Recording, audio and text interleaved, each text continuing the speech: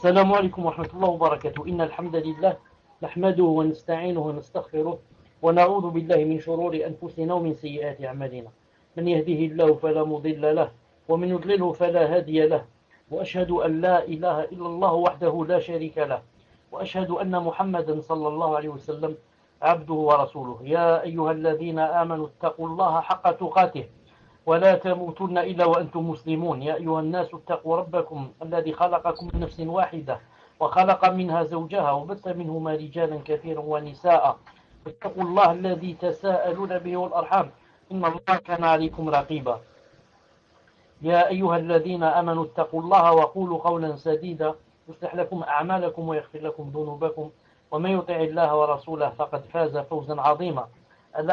ألا إن أصدق الكلام كلام الله، وخير الهدي هدي محمد صلى الله عليه وسلم، وشر الأمور محدثاتها وكل محدثة بدعة وكل بدعة ضلالة وكل ضلالة في النار. أما بعد، حياكم الله جميعا en cette soirée du mercredi 24 Safar 1433 de l'Hégire, c'est-à-dire le 18 janvier 2012 bi'idhnillahi ta'ala. Inch'Allah ta'ala, aujourd'hui nous sommes avec le dernier fondement des 6 fondements bi'idhnillahi subhanahu wa ta'ala. Et la baisse Inch'Allah ta'ala, pour rappel, je rappelle quels sont les 5 fondements qu'on a vus avant de commencer Inch'Allah ta'ala le 6e fondement. Donc le premier fondement, ça parlait de sincérité. Le deuxième, l'union dans la religion. Le troisième fondement, le fait d'obéir au gouverneur. Le quatrième fondement, montrer qui sont les vrais savants et les distinguer des faux. Le cinquième fondement, montrer qui sont les vrais élus d'Allah subhanahu wa ta'ala et les distinguer des faux élus. 6e fondement, Inch'Allah ta'ala, aujourd'hui, c'est comment refuter l'ambiguïté qui prétend que la compréhension du Coran et de la Sunna n'est accessible qu'à certains gens, pas à tout le monde. Donc, Cheikh Mohammed ibn Abdul Wahhab rahimahullah a dit, je lis le 6e fondement en arabe, ensuite en français, ensuite, Inch'Allah ta'ala, j'explique. Il a dit, رد الشبهة التي وضعها الشيطان في ترك القرآن والسنة واتباع الآراء والأهواء المتفرقة المختلفة، وهي أن القرآن والسنة لا يعرفهما إلا المجتهد المطلق، والمجتهد هو الموصوف بكذا وكذا أوصافا لعلها لا توجد تامة في أبي بكر وعمر رضي الله تعالى عنهما، فإن لم يكن الإنسان كذلك فليعرض عنهما فرضا حتما لا شك ولا إشكال فيه، ومن طلب الهدى منهما فهو إما زنديق وإما مجنون لأجل صعوبة فهمهما. فسبحان الله وبحمده كم بين الله سبحانه شرعا وقدرا خلقا وأمرا في رد هذه الشبهة الملعونة من وجوه شتى بلغت إلى حد الضروريات العامة، ولكن أكثر الناس لا يعلمون. ثم قرأ قوله تعالى لقد حق القول على أكثرهم فهم لا يؤمنون إن جعلنا في أعناقهم أغلالا فهي إلى الأذقان فهم مقمحون وجعلنا من بين أيديهم سدا ومن خلفهم سدا فأغشيناهم فهم لا يبصرون وسواء عليهم أأنذرتهم أم لم تنذرهم لا يؤمنون إنما تنذر من اتبع الذكر وخشي الرحمن بالغيب فبشره بمغفرة وأجر كريم. ياسين من 7 إلى 11. Donc je lis maintenant le 6e fondement, Inch'Allah ta'ala. Ce qu'il a dit, rahimahullah, en arabe et son sens en français. Il a dit رد الشبهة التي وضعها الشيطان في ترك القرآن والسنة واتباع الآراء والأهواء المتفرقة المختلفة. C'est-à-dire la réfutation de l'ambiguïté insufflée par le démon qui exhorte, cette ambiguïté, qui exhorte à abandonner le Coran et la Sunna et suivre les opinions diverses et divergentes suggérées par les passions. C'est quoi cette ambiguïté? وهي أن القرآن والسنة لا يعرفهما إلا المجتهد المطلق. Cette ambiguïté consiste à prétendre que le Coran et la Sunna ne peuvent être compris avec maîtrise que par un jurisconsulte complet, mujtahid mutlaq. Seul le grand éminent savant, peut comprendre la Sunna et le Coran, d'après cette ambiguïté. والمجتهد هو الموصوف بكذا وكذا أوصافا لعلها لا توجد تامة في أبي بكر وعمر. Et d'après eux, d'après cette ambiguïté aussi, que le grand savant et le jurisconsulte complet, c'est celui qui doit avoir telle et telle qualité. Qualité que même Abu Bakr et Omar radiallahu ta'ala anhuma n'en auraient pas entièrement. Subhanallah al-Azim. Il a dit فإن لم يكن الإنسان كذلك فليعرض عنهما فرضا حتما لا شك ولا إشكال فيه. Et celui qui ne remplit pas ces conditions requises qu'on a citées maintenant doit donc obligatoirement, d'après cette ambiguïté, et incontestablement s'abstenir de chercher à tirer enseignement du Coran et de la Sunna. Non, classe, il doit les délaisser, ils sont détournés, subhanallah al-Azim. Il a dit ومن طلب الهدى منهما فهو إما زنديق وإما مجنون لأجل صعوبة فهمهما. Et quiconque, d'après cette ambiguïté toujours, et quiconque essaye de chercher la guidance dans le Coran et la Sunna est soit un hérétique, soit un fou, vu la difficulté de leur compréhension. Le Cheikh a dit فسبحان الله وبحمده كم بين الله سبحانه وتعالى شرعا وقدرا خلقا وأمرا في رد هذه الشبهة الملعونة من وجوه شتى بلغت إلى حد الضروريات العامة ولكن أكثر الناس لا يعلمون. Il a dit gloire et louange à Allah Azza wa Jal qui a donné tant de preuves textuelles et rationnelles qui réfutent cette maudite ambiguïté.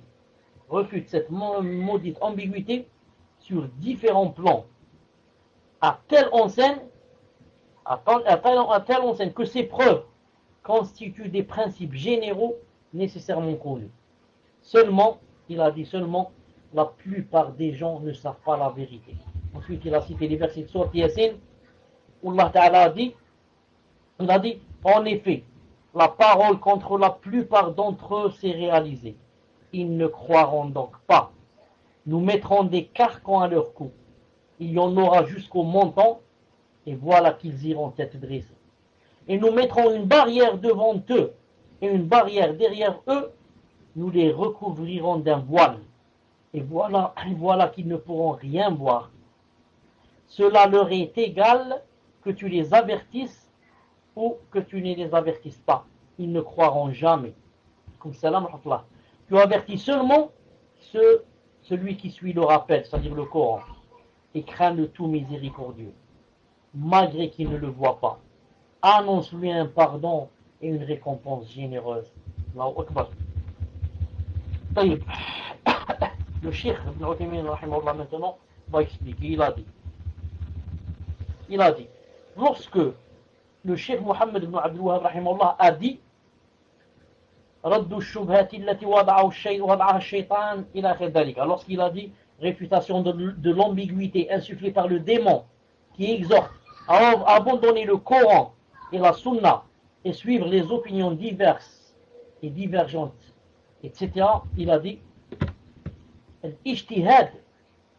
Il a dit l'ijtihad, vous savez, il y a un statut en islam qui s'appelle l'ijtihad, c'est-à-dire le savant, quand il fait encore beaucoup d'efforts et Allah subhanahu wa ta'ala l'aide, il peut lui donner le statut de ce qu'on appelle mujtahid. Un mujtahid. C'est quoi ijtihad? Le verbe ijtahada, et il est devenu un mujtahid. C'est quoi le verbe ijtahada? Ijtahada en arabe, ça veut dire faire des efforts. Faire des efforts pour atteindre une chose difficile, littérairement. Quant à religieusement, que veut dire ijtahada? Ça veut dire faire des efforts pour atteindre un décret religieux, pour extraire du Coran et de la Sunna un jugement, un décret religieux. Donc, Ce n'est pas n'importe qui peut devenir mujtahid. Ce n'est pas n'importe qui peut, voilà, faire des efforts d'interprétation. Et des efforts ici, des efforts aussi pour extraire du Coran et de la Sunna quelque chose à laquelle il n'a pas été, disons, pas seulement, on ne l'a pas fait avant de lui, mais aussi, c'est-à-dire que on lui a posé une question sur une chose, et cette chose, c'est lui-même qui va essayer de l'extraire du Coran et de la Sunna. Il ne va pas imiter les autres. Moi, par exemple, je donne un exemple. Vous me demandez une question. Est-ce que c'est permis ceci ou cela? Est-ce que moi-même, je vais lire le Coran et la Sunna et dire voilà, c'est permis ou ce n'est pas permis? Vous remarquez que je ne peux pas faire cela. Pourquoi? Je ne suis pas mujtahid. Mais je vais me baser sur ce qu'on dit, ceux qui m'ont précédé, les grands savants, qu'est-ce qu'ils ont dit. Et je vais choisir entre ce qu'ils ont dit, ce qui me paraît le plus proche, par exemple, du Coran et de la Sunna. Mais le mujtahid, non. Le mujtahid, non. Il va directement au Coran et à la Sunna et va te dire, voilà ce que Allah Ta'ala a permis ou bien a interdit, voilà le décret. Oui. Donc maintenant, le Cheikh Rahimahullah dit, Cheikh bin Uthaymin Rahimahullah dit que pour faire des interprétations et devenir mujtahid, il a dit qu'il faut des conditions. La première, أن يعلم من الأدلة الشرعية ما يحتاج إليه في اجتهاده كآيات الأحكام وأحاديثها. La première condition pour devenir un mujtahid, la première condition, il faudrait qu'il sache de par les textes religieux, le Coran et la Sunna, ce dont il a besoin pour se baser et faire des efforts. Par exemple, de qu'est-ce qu'il a besoin, par exemple? Il a besoin au moins, dans le Coran, des versets qui ont rapport avec les décrets. Et il a besoin aussi des hadiths. Donc vous remarquez que pour devenir un mujtahid, ça n'a pas besoin de connaître tout le Coran. Tout le Coran, ce n'est pas une obligation. Mais de connaître au moins, c'est une nécessité, une condition nécessaire, de connaître au moins les versets qui ont rapport avec quoi? Qui ont rapport avec la législation. Les versets qui parlent de la zakat, du hajj, du siyam, du fait de voler, qu'est-ce qu'on lui fait? S'il fait la zina, celui qui ment, c'est quoi son jugement? Celui qui divorce, celui qui se marie, le commerce, et comme ça. Tous les versets qui ont rapport avec quoi? Avec les décrets et la charia. Ce n'est pas obligé qu'ils sachent, qu'ils connaissent les versets qui ont rapport, par exemple, avec le qasas, qui parle avec les histoires des prophètes. Ce n'est pas une obligation. Qui parle de l'enfer. Les versets qui ont rapport avec quoi? Avec le mu'amalat. Avec ce qui se passe ici dans notre bas monde qui a rapport avec nous. Ça c'est la première condition. Et bien sûr, ne suffisent pas seulement ces versets, mais encore les ahadiths. La deuxième condition, أن يعرف ما يتعلق بصحة الحديث وضعفه. Il faudrait que ce savant sache aussi ce qui a rapport et ce qui a relation avec le hadith en ce qui concerne, par exemple, est-ce qu'il est authentique ou est-ce qu'il est faible ce hadith ou est-ce qu'il est par exemple forgé, et qu'ils connaissent aussi ce qui a rapport avec les chaînes de narration du hadith et qu'ils connaissent aussi ce qui a rapport avec les rapporteurs de cette chaîne. Dans la chaîne de narration, il y a des rapporteurs, des gens. Tous les rapporteurs qu'il y a dans cette chaîne, il doit les connaître. Qu'est-ce qu'on a dit sur ce rapporteur? Est-ce qu'il est fiable? Il ne l'est pas. Est-ce qu'il fait des erreurs? Il ne le fait pas. Il l'oublie, il n'oublie pas.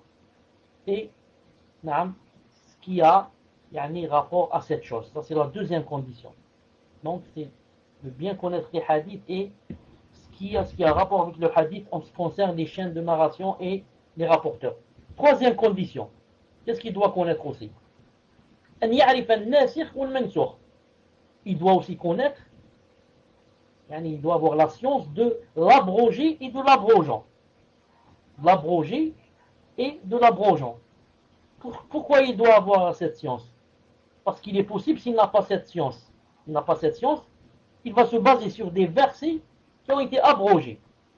Il va dire Allah Ta'ala dit telle et telle chose, alors que le verset a été abrogé.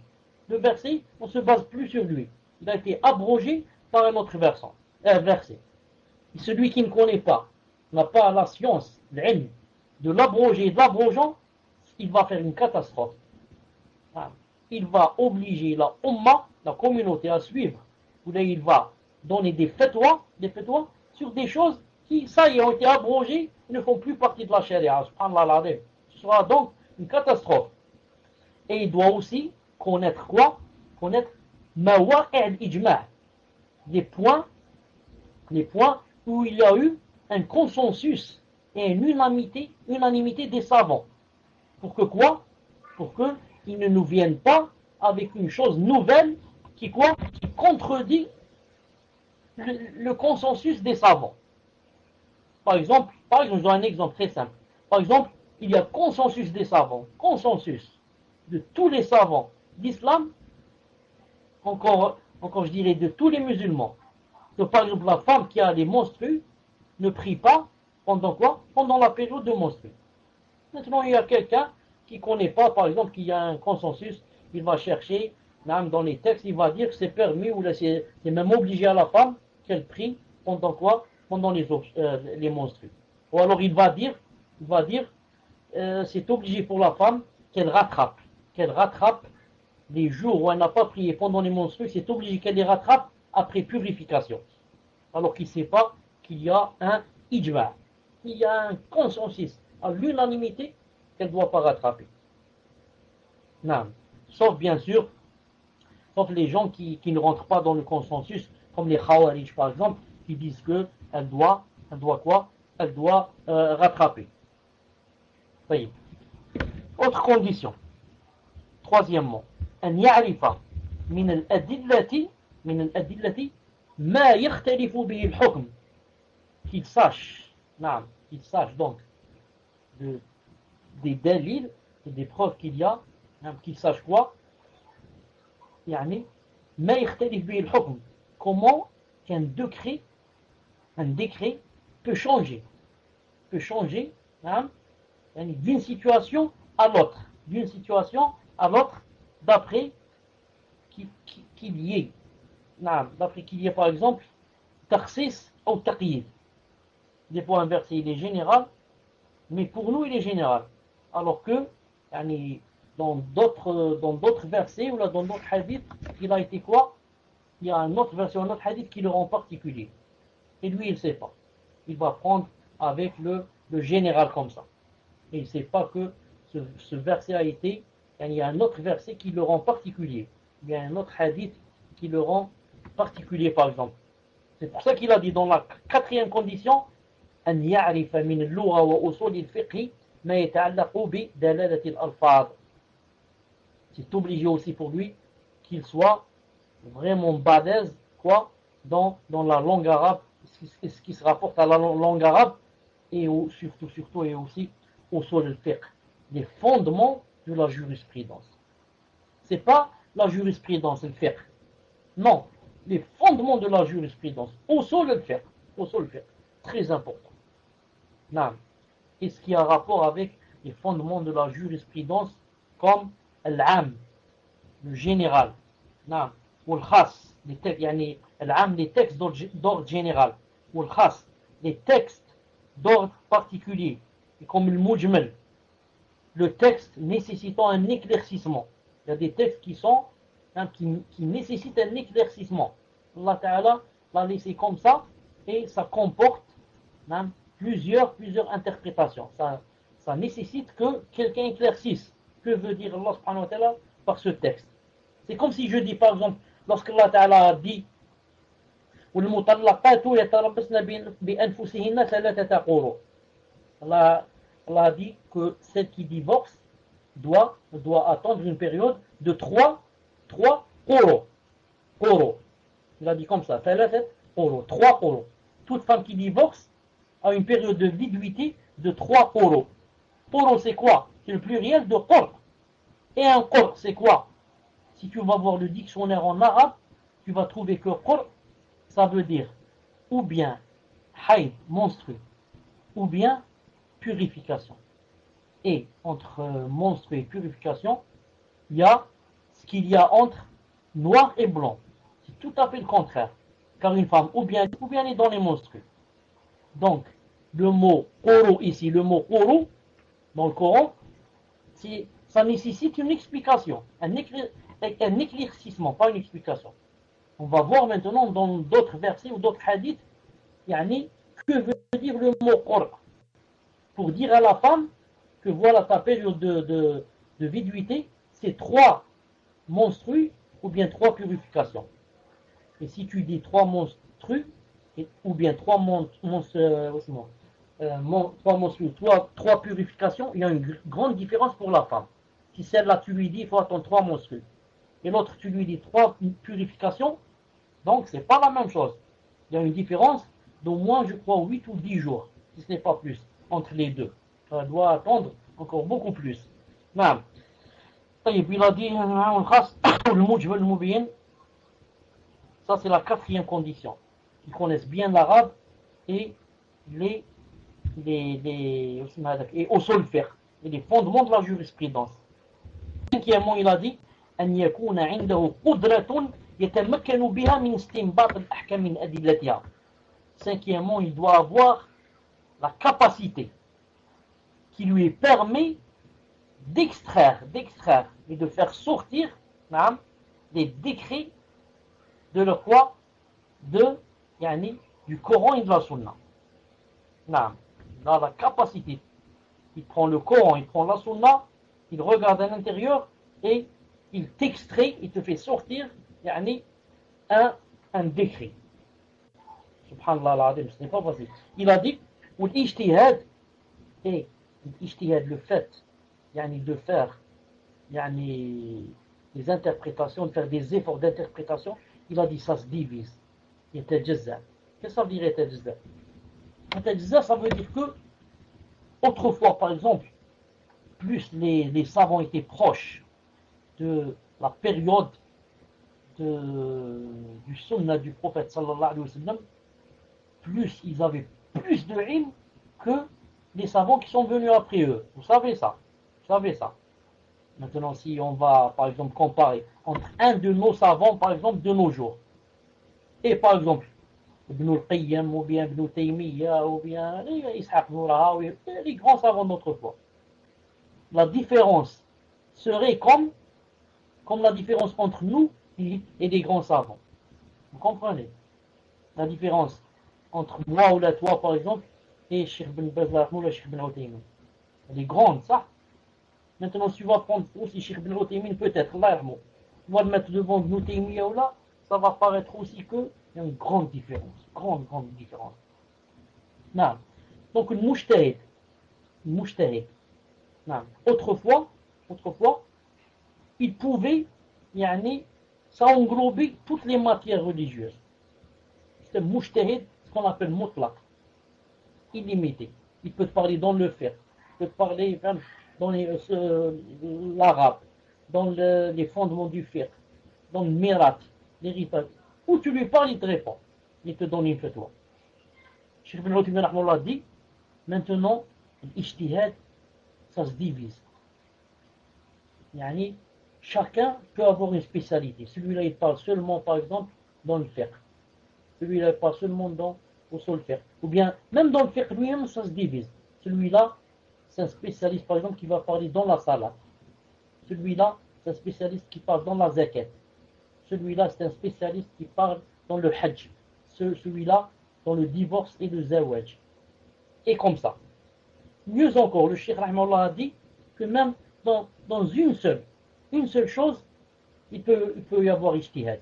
Par exemple, celui-là, il va faire des efforts seulement dans une chose, dans la salat. Une seule chose dans la salat. Par exemple, sujud sahw, les prosternations de distraction. Quelqu'un va faire des efforts seulement dans cette chose et pour parler seulement dans cette chose. Et il va être un mujtahid. Et un autre mujtahid va nous parler seulement dans le fait, par exemple, de dire à une femme, par exemple, ou de la divorcer dans les menstrues. Est-ce que le divorce est valide ou n'est pas valide? Il va faire des efforts, il va devenir un mujtahid seulement dans cette affaire. Seulement dans cette affaire. Et comme ça. Non. Il a dit المهم أن المجتهد يلزمه أن يبذل جهده في معرفة الحق. Il a dit l'essentiel c'est quoi? C'est qu'on sache que le mujtahid, celui-là le grand spécialiste, doit faire des efforts pour arriver à la vérité. Maintenant s'il arrive, il a dit, s'il arrive à la vérité, il aura 2 récompenses. Si maintenant il n'arrive pas, il se trompe, là, il aura une seule récompense. La récompense, il l'aura pourquoi? Parce qu'il s'est trompé? Non. Pour les efforts qu'il a fait. Les efforts qu'il a fait. Allah Ta'ala va considérer ces efforts. Et ils ne vont pas être vains. Mais il va le récompenser. C'est comme ça Allah Subhanahu wa Ta'ala. Même si tu te trompes, il te récompense. À condition quoi? Que tu sois quelqu'un qui a rempli les conditions de celui qui fait les efforts d'interprétation. Il a cité le hadith que le juge, s'il juge et fait des efforts et que s'il dit juste, il a 2 récompenses, s'il dit faux, il a une seule récompense, hadith rapporté par Bukhari et Muslim. المهم il a dit وإن لم يظهر له الحكم وجب عليه. Maintenant si jamais ce grand spécialiste, quand on est allé lui poser des questions ou bien lui dire voilà l'affaire, trouvez-nous le décret d'Allah subhanahu wa ta'ala, il a cherché, il n'a pas trouvé. C'est pas il s'est trompé, non. Il a cherché, c'est tout ce qu'il peut. Il a dit je ne peux pas. C'est tout ce que je peux, je n'ai pas trouvé la réponse. Dans ce cas, quel est son devoir? Lui-même, il est interpellé par le verset qui dit فَاسْأَلُوا أَهْلَ الذِّكْرِ إِن كُنتُمْ لَا تَعْلَمُونَ. An-Nahl 43. Demandez donc aux gens du rappel si vous ne savez pas. فَاسْأَلُوا أَهْلَ الذِّكْرِ. Demandez aux gens du rappel si vous ne savez pas. إِن كُنتُمْ لَا تَعْلَمُونَ. ولهذا قال الشيخ الإسلام ابن تيمية رحمه الله. C'est pour ça que le Cheikh l'Islam rahimahullah a dit إن التقليد بمنزلة أكل الميتة بمنزلة أكل الميتة. Le Cheikh l'Islam a dit que le fait d'imiter, car vous savez le mujtahid n'a pas le droit d'imiter, il doit chercher lui-même dans le Coran et la Sunna. Mais maintenant s'il ne peut pas, ça le dépasse, c'est une chose qui le dépasse. Non. Là, ce point-là, il ne peut pas, c'est difficile pour lui, il n'a pas trouvé. Dans ce cas, il a dit, il doit imiter un plus savant que lui, Et Cheikh l'Islam rahimahullah a dit que l'imitation,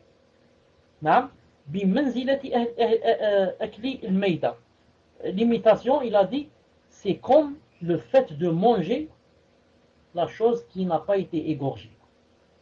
On a de la viande qui n'a pas été égorgée. Est-ce que c'est permis de manger?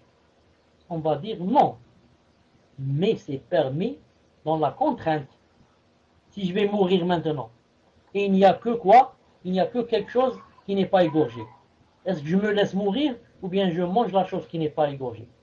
Maintenant, si je vais mourir et qu'il n'y a que du porc, je mange un peu de porc pour ne pas mourir ou bien je me laisse mourir? Je dois manger juste un peu, juste pour me sauver. Non. Il a dit la même chose ici pour le mujtahid, le grand spécialiste. C'est obligé pour lui. S'il ne peut pas extraire lui-même les décrets religieux, c'est obligé pour lui que quoi? Qu'il imite. Et l'imitation pour lui, c'est comme le cas de la permission de manger de la chose qui n'a pas été égorgée dans la contrainte. Il a dit, et l'imitation, taqlid, ça s'appelle taqlid en arabe. L'imitation se fait en 2 circonstances. La première, أن يكون المقلد عاميا لا يستطيع معرفة الحكم بنفسه ففرضه التقليد. Quand est-ce que c'est permis l'imitation? L'imitation c'est permis en 2 cas. La première situation, lorsque la personne fait partie des gens du commun, des gens de la masse. Dans ce cas, pour lui, c'est obligé de quoi? D'imiter. Car Allah Ta'ala dit dans le Coran, فَاسْأَلُوا أَهْلَ الذِّكْرِ إِن كُنتُمْ لَا تَعْلَمُونَ. Allah Ta'ala dit, demandez aux gens du rappel si vous ne savez pas. Quelqu'un qui fait partie des gens de la masse, des gens du commun. Est-ce qu'il peut lui-même ouvrir le Coran et lire les hadiths et dire, voilà, telle chose est permise, telle chose n'est pas permise, telle chose est haram, telle chose est makruh? Est-ce qu'il peut? Il n'a pas les moyens, il n'a pas la capacité. Celui-là, Cheikh Ibn Uthaymin dit, son devoir c'est quoi? Son devoir c'est d'imiter les gens de la science. Il a dit وَيُقَلِّدُ أَفْضَلَ مَنْ يَجِدُهُ عِلْمًا وَوَرَعًا فَإِنْ تَسَاوَى عِنْدَهُ إِثْنَانِ خَيَّرَ بَيْنَهُمَا. Il a dit, il imite qui?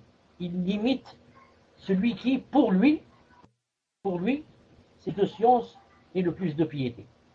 Il a dit, si maintenant il trouve deux savants qui sont égaux dans la science et égaux dans la piété, qu'ils choisissent l'un des deux, qu'ils choisissent entre l'un des deux. Ça, c'est la première situation où on imite, quand on fait partie des gens de la masse. La deuxième situation où on imite, أن يقع للمجتهد حادثة تقتضي الفورية ولا يتمكن من النظر فيها فيجوز له التقليد حينئذ. La deuxième situation où on peut imiter, c'est lorsque le mujtahid, pas les gens du commun, le mujtahid, le grand spécialiste dans la religion, dans la législation, il se trouve dans un cas où il a besoin d'une solution imminente.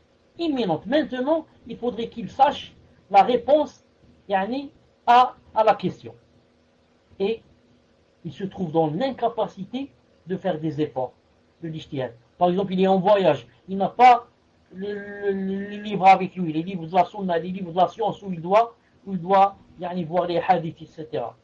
Et on lui a téléphoné, par exemple, on lui a dit, maintenant on veut la réponse, vite, avant que se passe kda ou kda. Qu'est-ce qu'il fait ici? Il est obligé dans ce cas d'imiter. Non, il n'accepte cette solution. S'il va dire, attention, donnez-moi quelques jours pour vous donner la réponse, ce sera trop tard. C'est très grave même. Les gens risquent de mourir, risquent de je ne sais pas quoi. Donc dans ce cas, s'il se trouve dans un cas où il doit donner la solution imminente, la réponse imminente, dans ce cas, il lui est permis de faire de l'imitation. Il va vite voir, par exemple, il connaît ce qu'a dit l'imam Malik, par exemple, il dit donc de l'avis de Malik, ou bien il connaît bien l'avis de l'imam Ahmed. Il dit, faites cette chose, c'est l'avis de l'imam Ahmed. Non. Le cheikh dit, il a dit, et taqlid, l'imitation, il a dit à deux sortes. L'imitation générale et l'imitation particulière. L'imitation générale, c'est quoi? Général. أن يلتزم مذهبا معينا يأخذ برخصه وعزائمه في جميع أمور دينه. Il a dit l'imitation générale, c'est de se baser par exemple sur un madhab, un rite par exemple des 4 rites. Par exemple dire je vais me baser sur le rite malikite ou la hanbalite par exemple, et de prendre de tout ce qu'il y a dans ce rite, que ce soit les choses obligatoires, que ce soit les permissions qu'il y a dans le rite, sans jamais sortir de ce rite. Sans jamais sortir de ce rite. Vous avez compris, ça c'est l'imitation générale. Et en cette chose, les savants ont divergé. Il y en a ceux qui ont permis cette chose, et il y en a ceux qui ont interdit cette chose. Pourquoi? Ils ont dit car ça se contredit avec l'obligation de suivre le prophète sallallahu alayhi wa sallam. Ils ont dit celui, le prophète sallallahu alayhi wa sallam, on peut le suivre dans toutes les choses. Quant aux autres hommes, à part le prophète sallallahu alayhi wa sallam, ils ont dit il n'est pas permis de les suivre en toutes choses. On les suit en certaines choses, pas en toutes choses. Et c'est l'avis de Cheikh al-Islam Ibn Taymiyyah rahimahullah qui a dit inna fil qawli biwujubi ta'ati ghayri an-nabi sallallahu alayhi wa sallam fi kulli amrihi wa nahyihi huwa khilaf al-ijma' wa jawazuhu fihi ma fihi. Il a dit quant à l'avis qui dit que c'est obligé de suivre et d'obéir à quelqu'un à part le prophète sallallahu alayhi wa sallam dans tout ce qu'il dit et dans tout ce qu'il interdit, il a dit ça, c'est contraire à l'unanimité des savants et au consensus des savants. Il a dit وجوازه فيه ما فيه. Et le fait de permettre cette chose, ça contient des choses. On dit non. Non. Je n'ai pas permis de dire, est obligé de suivre quelqu'un dans tous ses actes, à part le prophète sallallahu alayhi wa sallam. Donc ça c'est l'imitation générale. Quant à l'imitation particulière, c'est quoi? أن يأخذ بقول معين في قضية معينة. C'est de suivre, c'est d'imiter, par exemple un grand savant, de l'imiter dans une chose particulière. Par exemple, là je donne un exemple. Par exemple, si l'imam Malik dit par exemple que si tu dis à ta femme en un coup, tu es divorcé comme ça, 3 à la fois, il dit que c'est valide et le divorce a eu lieu. Par exemple, moi, je vais imiter l'imam Malik en cette chose. Je dis, puisque j'ai dit à ma femme 3 fois comme ça, hein, donc je suis imam Malik en cette chose, donc ma femme est divorcée. Il a dit ça, c'est permis. Il a dit ça, c'est permis dans le cas où il ne peut pas connaître la vérité en faisant des efforts. Comme on a dit tout à l'heure, je n'ai pas les moyens de faire des efforts, ou bien j'ai les moyens, mais je suis dans un cas particulier où je dois répondre vite. Il a dit dans ce cas, c'est permis de prendre de ce qu'a dit par exemple un savant dans une chose particulière. Dans une chose particulière. Et le Cheikh Ibn Uthaymin a dit, ou bien un autre cas aussi c'est permis, si c'est permis d'imiter particulièrement, pas en général, dans certaines choses, c'est tout. Il a dit c'est permis si je peux faire des efforts, mais des fois je suis dans une situation où si je fais des efforts, ça va causer un grand préjudice. Ça va me faire tomber dans une grande difficulté. Il a dit dans ce cas, la yukallifullahu nafsan illa wus'aha. C'est permis de quoi? De faire des efforts, Inch'Allah ta'ala. Voilà, le Cheikh dit, avec cela, c'est terminé, Inch'Allah ta'ala, la risala où il y a les 6 fondements. Il a dit, Allah ta'ala, an yuthabbita mu'allifa ahsan thawab. Il a dit, je demande à Allah subhanahu wa ta'ala qu'il raffermisse le cœur de l'auteur de cette risala, de cette épître. C'est-à-dire Muhammad ibn al-Wahhab. Et il a fait la dua qu'Allah subhanahu wa ta'ala nous rassemble avec lui dans son paradis. Innahu jawadun karim. C'est lui le plus généreux, azza wa jal. Il a dit walhamdulillahi rabbil alamin. Walhamdulillahi rabbil alamin. طيب. Voilà donc inshallah ta'ala pour le cours. Subhanakallahumma wa bihamdik, ashhadu an la ilaha illa anta, astaghfiruka wa atubu ilaik, wa salli allahumma ala nabiyyika Muhammad. Salam alaikum wa rahmatullah. Est-ce que vous êtes prêts? On commence, Inch'Allah ta'ala. Wa alaykum salam wa rahmatullahi wa barakatuh. Naam, Cheikh, je suis prêt, Inch'Allah. Une question. Donc, première question, Inch'Allah. Assalamu alaikum wa rahmatullahi wa barakatuh, ya Cheikh. Je voudrais savoir comment faire le lien entre la parole qui dit qu'il ne faut ni accepter ni refuser la totalité de ce que dit une personne, sauf pour le prophète sallallahu alayhi wa sallam, duquel il faut tout accepter. Avec la parole de Ibn Sirin, je crois qu'il n'avait pas voulu écouter un seul verset de la part de l'innovateur, ou encore la parole des savants qui mettent des mises en garde totales envers d'autres savants qui ont des égarements dans certains fondements du minhaj. Tfadal, Cheikh. La fin, je ne l'ai pas comprise. J'ai compris jusqu'à ce que la personne a dit comment concilier entre ça et entre ce qu'a dit Ibn Sirin. Ensuite, ça parlait de savant. Aoud, Inch'Allah, à la fin, barakallahu fik. Attendez, cher, je relis, Inch'Allah. Non, en fait, je pense, cher, le sens de sa question. Il dit comment faire le lien entre la parole qui dit qu'il ne faut ni accepter ni refuser la totalité de ce que dit une personne, sauf pour le prophète sallallahu alayhi wa sallam. Et il dit en fait pourquoi, voilà, moi c'est comme ça que je comprends le sens de sa question, pourquoi lorsqu'un savant en fait se trompe sur certaines choses du minhaj, d'autres savants vont mettre en garde directement contre lui. alors qu'on sait très bien qu'il faut pas prendre la totalité d'une personne. Et je pense qu'il comprend pas en fait comment, d'un côté, on sait qu'on ne peut rien prendre en totalité d'une personne, mis à part si c'est le prophète sallallahu alayhi wa sallam, et d'un autre côté, que Ibn Sirin, rahimahullah, n'a pas pris l'inversé d'un innovateur et que d'autres savants, à l'heure actuelle par exemple, mettent des mises en garde vers d'autres savants parce qu'ils ont des erreurs dans le minhaj. C'est comme ça que j'ai compris sa question, cher. J'espère que c'est clair, Inch'Allah. Tfadal, cher. C'est dommage pour moi, j'ai pas encore fait le lien. Allez, je dis ce que j'ai compris. Comme Ibn Sirin, par exemple, quand il dit que même s'il y a un innovateur, même s'il me lit un verset, je ne le prends pas de lui. Pourquoi? C'est pour que la personne ne... Attendez, je cherche le mot pour la personne. Yani ne s'habitue pas à la personne. Ensuite, en prenant maintenant un verset, ensuite je vais prendre un hadith, ensuite je vais prendre ses fatwas. Donc je lui ferme carrément la porte à l'innovateur. Même s'il parle de Coran, j'entends pas de lui.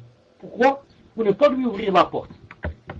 Si je lui ouvre la porte du Coran, ça va aller à la porte de la Sunna et la porte de son madhab, de ce qu'il atteste lui-même. Donc ce qu'a dit Ibn Sirin ici, c'est un peu tanfir, pour faire fuir les gens des innovateurs pour leur fermer toutes les issues bi'idhnillah subhanahu wa ta'ala. Quant à ce que la personne a dit des savants, j'ai pas très bien compris, mais je lui dis ce que pensent les savants de Al-Sunnah wal Jama'a. Les savants de Al-Sunnah wal Jama'a disent quand quelqu'un se trompe, on va voir c'est qui cette personne qui s'est trompée, ou bien ce savant qui s'est trompé, ou bien c'est un savant des gens, des salafs, connu pour la aqida et le manhaj, et il s'est trompé, ou bien c'est un savant des savants de la bid'a, des savants des sectes. S'il fait partie des savants des sectes, celui-là on met carrément en garde contre lui. Et on n'écoute pas du tout, et comme j'ai dit, on met en garde contre lui. Si on voit par contre c'est un savant du minhaj, qui a un bon minhaj, une bonne aqida, et il s'est trompé, celui-là, on ne met pas en garde contre lui, mais on met en garde contre les fautes qu'il fait. On lui écrit d'abord, on lui dit, voilà ce que tu as fait comme faute, il faut te corriger ça. S'il ne veut pas se corriger, on met en garde contre ses fautes. On va dire X des gens à telle et telle faute. Attention, telle et telle faute, à condition que les fautes qu'il vient de commettre ne sont pas des fautes qui contredisent le minhaj des salafs, ni la aqida des salafs. Si maintenant il commence à dire que Allah Ta'ala ne descend pas, ou bien que Allah Ta'ala ne vient pas Yawm al-Qiyamah, ou bien qu'il n'a pas de main, etc., celui-là il est sorti carrément du minhaj des salafs. C'est plus un savant des salafs, c'est un savant de la bid'a, des sectes, des autres sectes. Wallahu Ta'ala a'lam. Tafadhal pour l'autre question. C'est ce que j'ai compris de sa question, Wallahu a'lam. Question suivante. Salam alaikum, cher. Barakallahu fikum pour vos cours. J'ai une question sur l'ijtihad. De nombreuses personnes utilisent ce terme pour justifier le choix de certains de leurs chouyours, même si ceux-ci sont en désaccord avec le Coran et la Sunna. Ils disent qu'ils ont fait leur ijtihad et qu'ils auront qu'une seule récompense. Ils prennent pour exemple des savants qui sont tombés dans la philosophie, comme Al-Ghazali et Ibn Arabi, et les suivent dans leur tariqa et disent que la philosophie est une autre manière de comprendre les textes et que rien ne l'interdit. Que peut-on leur dire? Est-ce que la philosophie est un ijtihad? Barakallahu fikum. Tfadal, cheikh. La philosophie n'a rien à voir avec l'ijtihad. On peut être mujtahid sans jamais avoir lu une seule phrase de la philosophie. Non, on peut être mujtahid. C'est pour ça que Cheikh l'Islam, rahimahullah, a écrit un livre qui s'appelle Naqd al-Mantiq. Naqd. Comment réfuter la logique. La logique qui se trouve dans la philosophie. Comme quoi il faut se baser sur la logique pour arriver à la fin. Pour arriver au résultat final. Non. Celui qui est philosophe, non, en général, ne se base pas sur le Coran et la Sunna. C'est pour ça que la philosophie, en quelques points, se contredit avec la charia. La philosophie, c'est se baser sur ce qui te paraît logique. Non, ce qui est logique, on accepte. Ce qui n'est pas logique, on le refuse. Alors que le Coran et la Sunna, tu crois en des choses, même qui apparemment ne sont pas logiques. Des choses qui apparemment ne sont pas logiques, mais tu y crois. C'est quelque chose dans ton cœur. Tu noues le cœur, hein, avec quoi? Comme quoi qu'il y a... Je donne un exemple, je l'ai donné déjà une fois. Tu vas nouer le cœur. Dans ton cœur, qu'il y a un coq. Qu'il y a un coq qui est parmi ceux qui tiennent le trône d'Allah subhanahu wa ta'ala et le soulève. Un coq qui a quoi? Qui a ses pieds, ses deux pieds, sous le plus bas de la terre, la septième terre. Il est tellement haut et grand que sa tête se trouve quoi? Courbée. Courbée, yani sous le trône. S'il pouvait, elle serait montée plus haut sa tête. Mais c'est le maximum. Donc elle est courbée. C'est comme quelqu'un qui fait 2 mètres par exemple de taille.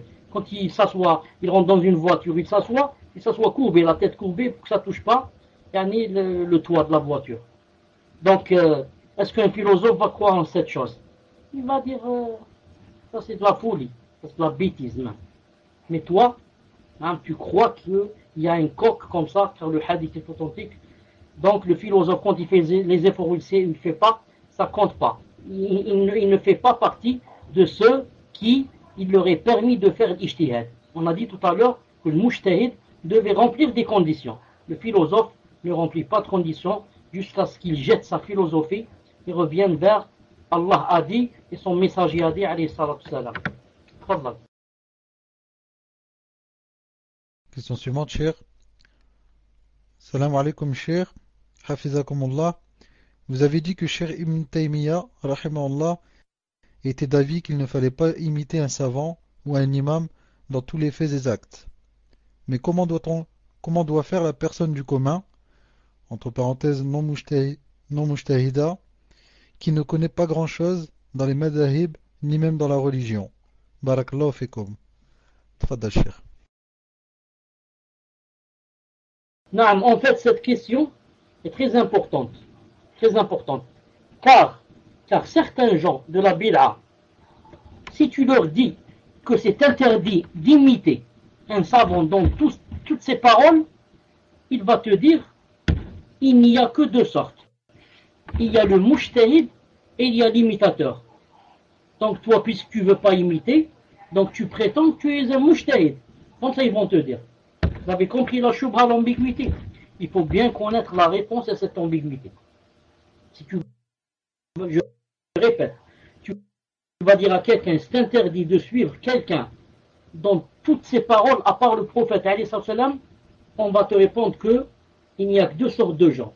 Le mujtahid, qui extrait lui-même les décrets, et l'imitateur, qui fait partie des gens du commun. On va te dire, donc toi, tu prétends être un mujtahid, puisque tu ne veux pas imiter. Celui qui ne connaît pas la réponse, il va rester bouche bée. Celui qui connaît la réponse, il va lui dire, excuse-moi, je ne suis pas d'accord avec, yani, comment tu as, yani, attendez, comment on dit, cherche le mot, comment tu as partagé, disons, tu as fait ce partage, ça s'appelle partage. Tu l'as partagé en deux sortes. Tu as dit, hein, il y a deux catégories. Tu as dit, il y a le mujtahid et l'imitateur. Si on n'est pas imitateur, on est mujtahid. Si on n'est pas mujtahid, on est imitateur. Moi, je te dis non. Les gens ne se divisent pas. Je voulais dire tout à l'heure diviser. Les gens ne se divisent pas en deux sortes, mais en trois sortes. Le mujtahid, qui lui-même extrait les décrets du Coran et de la Sunna. Ensuite, à l'opposé, l'imitateur, le muqallid, qui suit aveuglément un autre savant dans toutes ses paroles. Et au milieu, ce que tu n'as pas cité mon frère, au milieu, al-muttabi', celui qui suit avec dalil. Comme a dit Allah Ta'ala, ittabi'u ahsana ma unzila ilaykum min rabbikum. Il a dit ittabi'u, suivez. Il a dit alladhina yattabi'una an-nabiy al-ummi, ceux qui suivent le prophète l'ummi, l'analphabète. Il a dit قل إن كنتم تحبون الله فاتبعوني. Dites si vous aimez Allah subhanahu wa ta'ala, suivez-moi. Tu dis moi je suis un suiveur. C'est-à-dire, je vois celui qui me donne le dalil, je le suis. Je ne prétends ni être un mujtahid, ni je ne suis un imitateur aveugle, qui suit aveuglément sans qu'il sache ce qu'il est en train de suivre, sans dalil. Mais je suis au milieu. Je suis un suiveur, je suis ceux qui suivent le prophète sallallahu alayhi wa sallam et qui me donnent les dalils, qui me disent Allah Ta'ala a dit, son prophète a dit, alayhi salatu salam. Voilà la réponse, Inch'Allah Ta'ala, apprenez-la bien. Fadlan. Question suivante. Assalamu alaikum wa rahmatullahi wa barakatuh. Hafizakumullah ya Sheikhana. Est-il permis à l'homme de s'épiler le torse? Barakallahu fikum, qu'Allah vous accorde le firdaus. Tfadal Sheikh. Comme a dit Cheikh Ibn Uthaymin rahimahullah, les poils et les cheveux se divisent en trois sortes. Une sorte qu'il est obligé d'épiler. Une sorte qu'il est obligé d'épiler. Comme ce qu'il y a sous les aisselles et les parties intimes. Une sorte de poil aussi, qu'il est interdit d'épiler. Comme les sourcils pour la femme, la barbe pour l'homme, et les sourcils aussi pour l'homme, et la barbe pour l'homme. Il est interdit d'épiler, c'est-à-dire de l'enlever. C'est la deuxième sorte. Et troisième sorte, ce que Allah subhanahu wa ta'ala n'a ni interdit, ni ordonné d'épiler. Et ça rentre donc là, par exemple, les bras, les cuisses, le torse, comme dit Cheikh Ibn Uthaymin. Mais le mieux pour un homme serait de ne pas se raser le torse, car ensuite il va avoir d'autres poils qui vont naître et qui sont pas, qui viennent après rasage. Ce seront d'autres poils qui ne seront pas comme les vrais qu'il y avait auparavant. Parce que ça a été rasé, c'est devenu d'autres poils plus gras, ça va donc enlever une certaine beauté de quoi? De la nature de la poitrine de cet homme. Sauf bien sûr, quand des fois, il y a une opération chirurgicale, par exemple. On dit par exemple à la personne qui va enlever, par exemple, comme moi dernièrement j'ai enlevé au sein de la vésicule biliaire. On te dit il faut raser poitrine, le torse. Pourquoi? Parce que c'est un peu plus bas qu'ils vont ouvrir. Et ils ont peur qu'il y ait des poils ou là qui rentrent à l'intérieur. Dans ce cas, c'est unanime, Inch'Allah Ta'ala, pour dire que c'est permis. Sinon, il vaut mieux ne pas toucher, voilà, sans dire que c'est haram. Tfadal. Question suivante, cher. Salam alaikum, cher. Le cours précédent, j'ai posé une question. Et je voulais encore des renseignements. Chaque mois, j'ai wes sur mes menstrues. J'ai une étape très longue, sans pour autant avoir du sang. C'est sec, et j'ai de temps en temps des taches marron clair ou rosé, et si j'attends le fil, il y vient au bout du 17e jour. La fois passée, on a dit 15 jours. Mais est-ce que l'on compte 15 jours et nuit? Si j'ai eu les règles le soir du 4 janvier, quand dois-je me laver? Dois-je me laver le soir du 15, le matin du 15, le soir du 16, le matin du 16? S'il vous plaît, cher, aidez-moi, car chaque mois j'ai peur de trop tarder dans mon rosl. Et je rattrape des prières de peur d'en avoir manqué. Et je fais le rosl quelques jours après pour être sûr. Tout à l'heure, il y avait un peu de fil jaune, rosé, beige très clair. Le fil blanc est très long à descendre. Combien de temps doit-on attendre? J'ai jamais le cœur apaisé. Je refais le rosl et salat chaque mois par peur. Quand dois-je faire le rosl? Dois-je rattraper des prières? S'il vous plaît, cher, demandez à ce que j'ai bien compris la réponse avant de passer à la prochaine. Barakallahu fikum. Tfadal, cher. Mouslim, qu'est-ce que tu as dit à la fin de la question? Tu as dit demander ou l'amchaf si j'ai bien compris la réponse avant de passer à la prochaine. Je n'ai pas compris de la phrase. Tfadal. Non, mais elle veut dire lorsque vous allez apporter la réponse à sa question, avant de me demander de poser la question suivante, Demandez-lui, Inch'Allah, si elle a bien compris votre réponse, pour qu'elle ait le cœur apaisé. Bénillah. Tfadal, Cheikh. Je lui dis que c'est une question un peu difficile. Alhamdulillah que Allah subhanahu wa ta'ala, dans une chose yani, difficile comme celle-là, qui n'est pas très claire, est-ce que le fil yani, est sorti, n'est pas sorti, c'est son début, c'est jaune, c'est rose, c'est ceci, c'est cela. Alhamdulillah que yani, Allah subhanahu wa ta'ala n'ordonne à la personne de faire que ce qu'elle peut, C'est-à-dire, il lui ordonne pas de faire quelque chose qu'elle peut pas. C'est pour cela que, entre parenthèses, j'ouvre juste une petite parenthèse, je dis que l'homme, de ce côté-là, il doit remercier Allah subhanahu wa ta'ala qu'il n'a pas ces problèmes. Les hommes, alhamdulillah, de ce côté-là, n'ont pas ce problème. C'est une ni'ma que, yani, si les hommes connaissaient cette ni'ma, ils devaient quoi?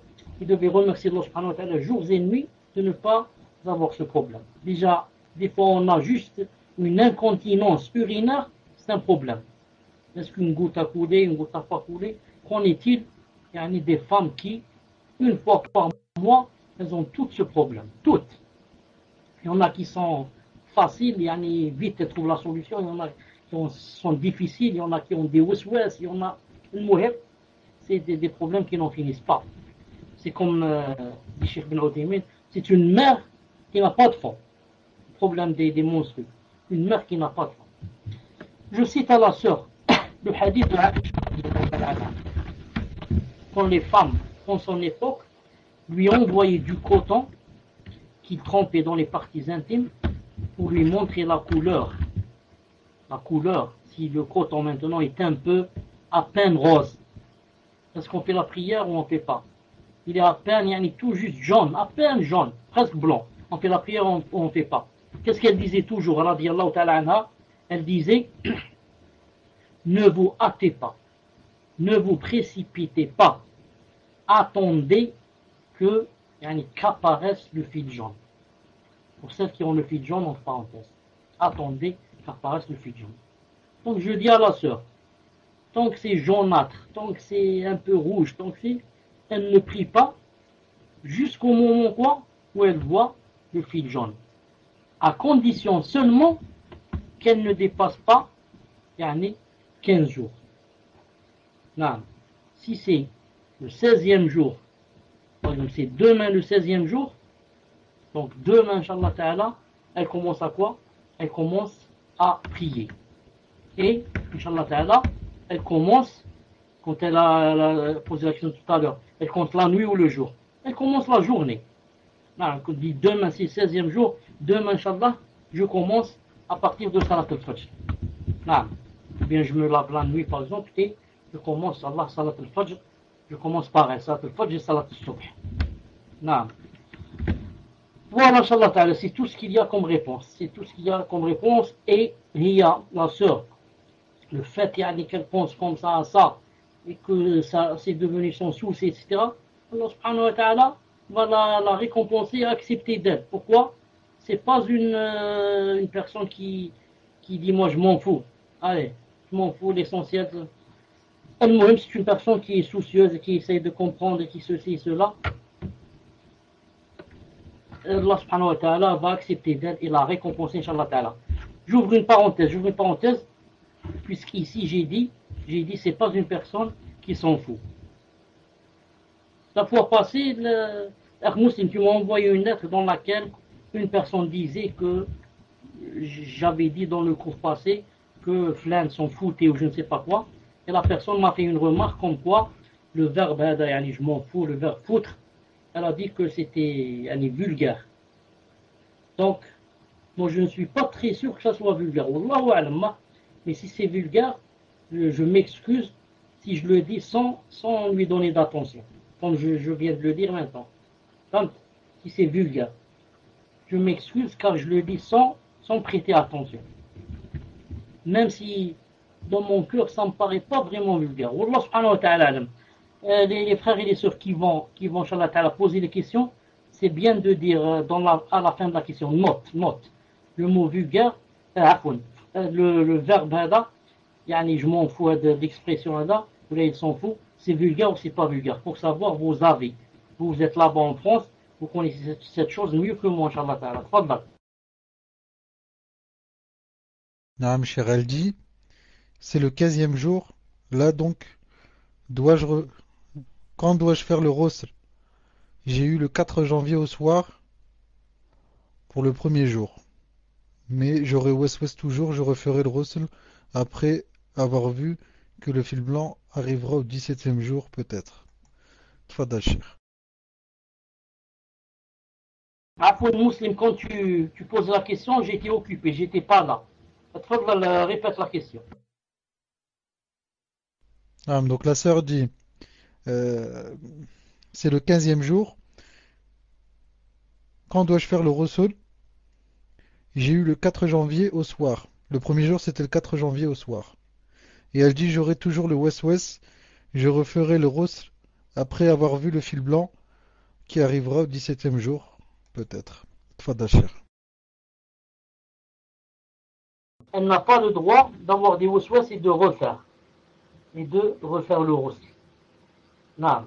Parce que si ça dépasse 15 jours, une femme est obligée de faire la prière. Il n'y a pas plus de 15 jours. Pour toutes les femmes du monde. Il n'y a pas une femme qui peut dire je peux rester plus de 15 jours parce que j'ai du sang qui ne veut pas arrêter de couler. Non. Elle doit, après 15 jours, prendre la douche et commencer à prier et mettre des couches. Mettre des couches, non, pour ne pas se tacher, mais aucune excuse pour une femme de dire que le sang ne veut pas s'arrêter. Car après 15 jours, ça s'appelle métroragie. Non. Donc elle ne doit pas prendre de douche, Inch'Allah Ta'ala, mais maintenant si elle veut prendre une douche, ça ne fait rien. C'est comme la femme qui a les métroragies. C'est même permis de quoi de prendre une douche à chaque salat. Non, c'est permis à une femme qui a les métroragies, encore c'est mieux, c'est même conseillé, de prendre une douche pour chaque salat.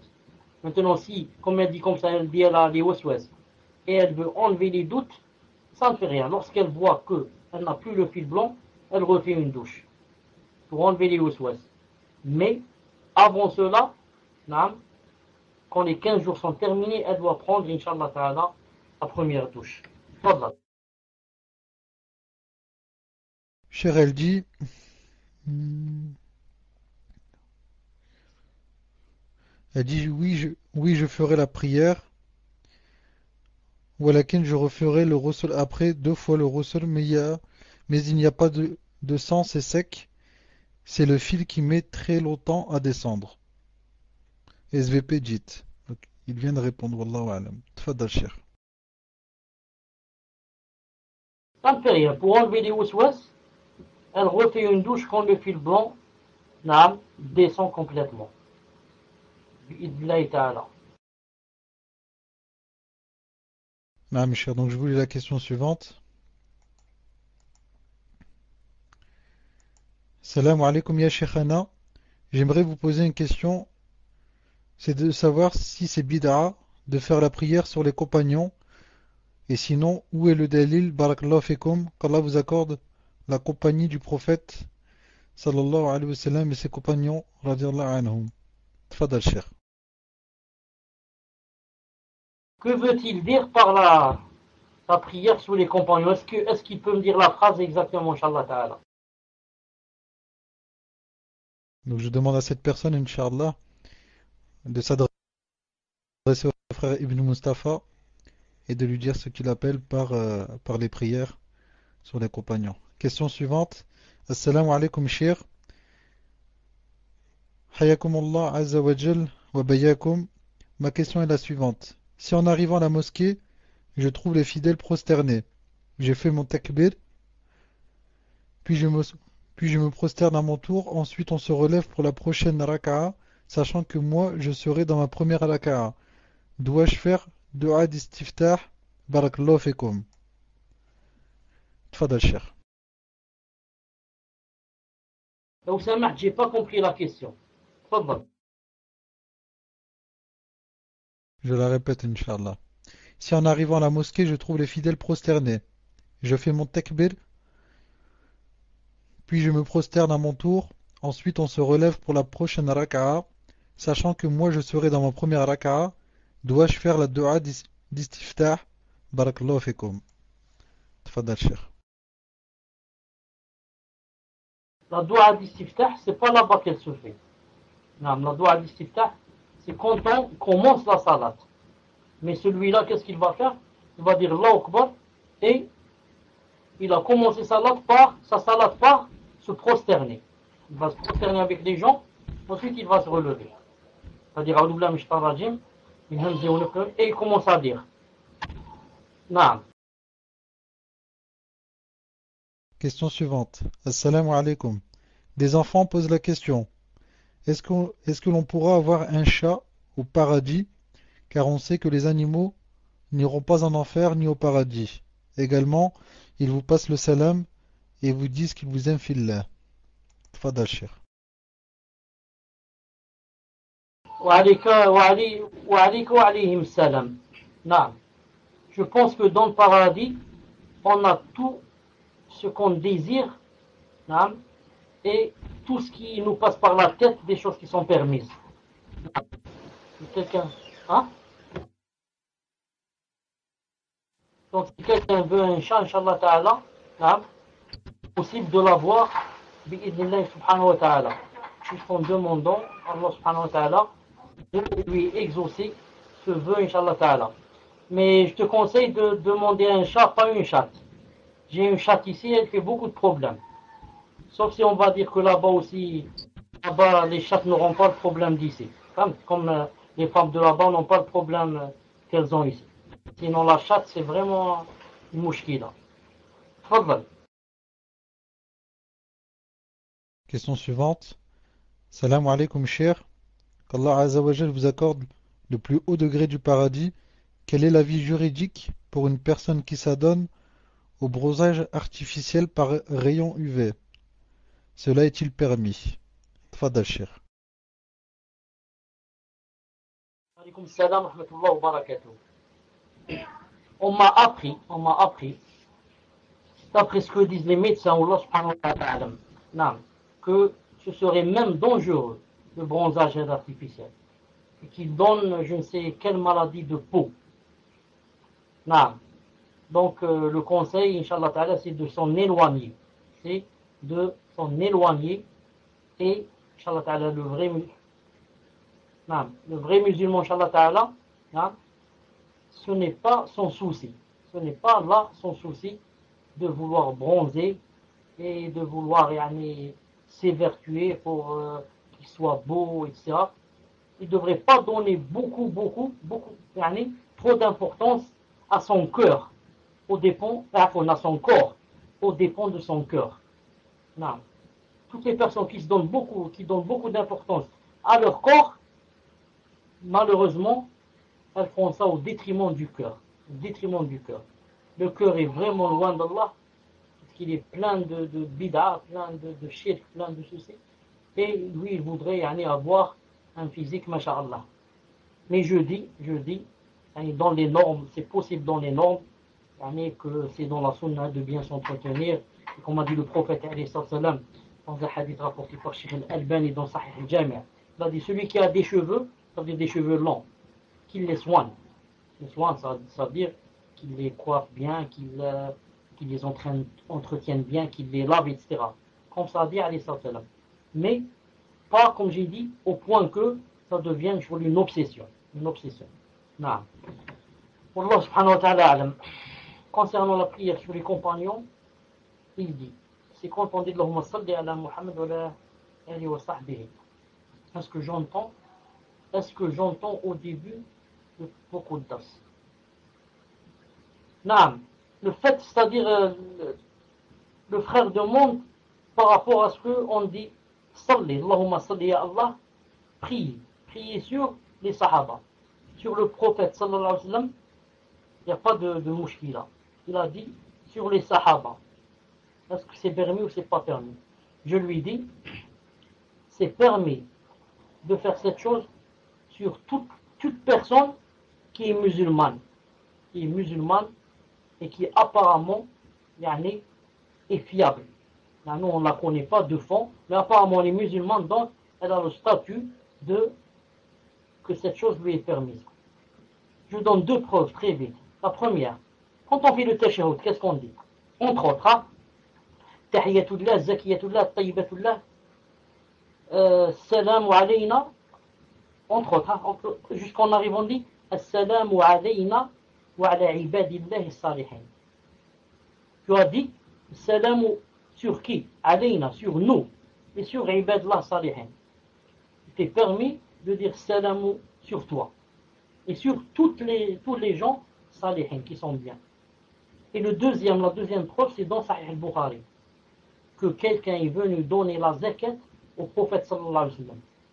Quand le prophète a tenu la zakat, il a dit Allahumma salli ala ali awfa. Allahumma salli. Ya Allah prie sur la famille de cette personne. Il a cité son nom. Nous abi awfa. Allahumma salli, il a dit comme ça. Ya Allah prie sur cette personne.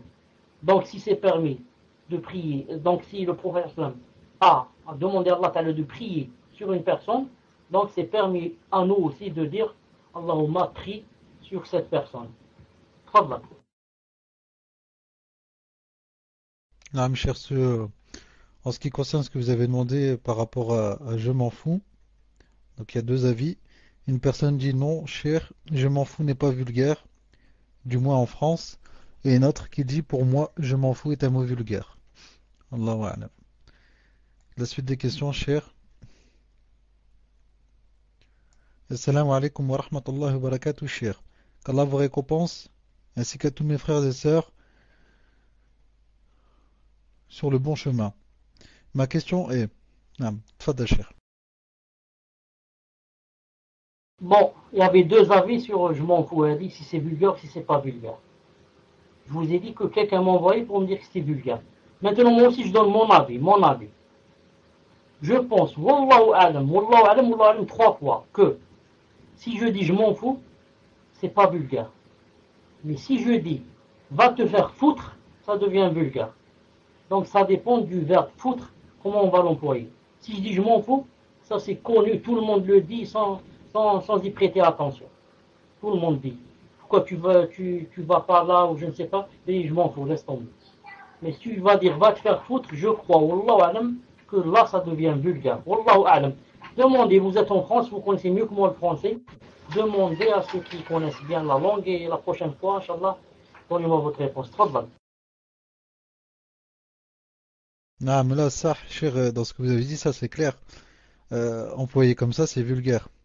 Laquelle moi, on m'avait déjà fait la réflexion, une fois j'avais dit ça, ce n'était pas intentionnel, et on m'a dit c'est vulgaire ce que tu viens de dire. Et il est peut-être plus correct, cher, de dire ça m'est égal. Ou là, peut-être je m'en fiche. Mais ça m'est égal, c'est peut-être moins. C'est peut-être mieux. Allahu alam. Même si l'intention n'est pas vulgaire lorsque vous dites je m'en fous. Mais ça m'est égal, c'est peut-être mieux, Inch'Allah. Question suivante. Assalamu alaikum wa rahmatullahi wa barakatuh, cher. Qu'Allah vous récompense ainsi qu'à tous mes frères et sœurs sur le bon chemin. Ma question est, mon père est atteint de djinn, voire plusieurs. Il crie tout le temps, il fait des choses bizarres, il dit des mots très graves vis-à-vis du din, et s'il crie pas, il déprime grave pour des soucis de la dunya. Le pire de tout ça, c'est qu'il n'y croit pas. Quand je lui montre la sourate et le djinn dans le Coran, il me dit ok c'est bien, mais j'y crois pas. Mais bizarrement, des fois il me dit, il se met bien dans le din. Je perds patience avec lui et je fais des graves péchés tous les jours en lui criant dessus. Sachant que je suis malade aussi, il ne m'aide pas dans ma guérison. Que pouvez-vous lui conseiller, cher? Je vais enregistrer et lui faire écouter, Inch'Allah. Barakallahu fikum, qu'Allah vous récompense. C'est la question d'une sœur, cher. Tfadal, cher.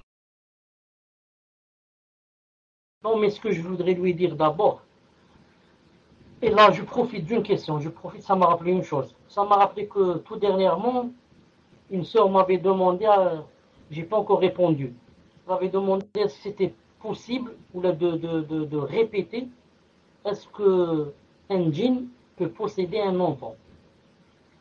C'est comme elle a dit, c'est comme si elle a entendu ça dans un de mes cours récents. Je dis, Inch'Allah Ta'ala, je reconfirme. Le hadith a été authentifié par Sheikh Al-Albani, rahimahullah, que le prophète, sallallahu alayhi wa sallam, en voyage, est passé devant un village. Il y avait une femme qui tenait un bébé entre ses mains. Quand elle a reconnu que c'est le prophète, sallallahu alayhi wa sallam, elle lui a dit, voilà, si vous pouvez faire quelque chose, il est possédé. Le prophète, alayhi sallam, l'a pris entre ses bras, lui a ouvert sa bouche, lui a craché dessus en disant, Ukhruj, adouallah, ana rasulullah. Sors, ennemi de Dieu, ennemi d'Allah. Je suis le prophète d'Allah. Et il lui a rendu complètement guéri. Donc je reconfirme que le djinn peut posséder un bébé. Non, le djinn, il peut être musulman,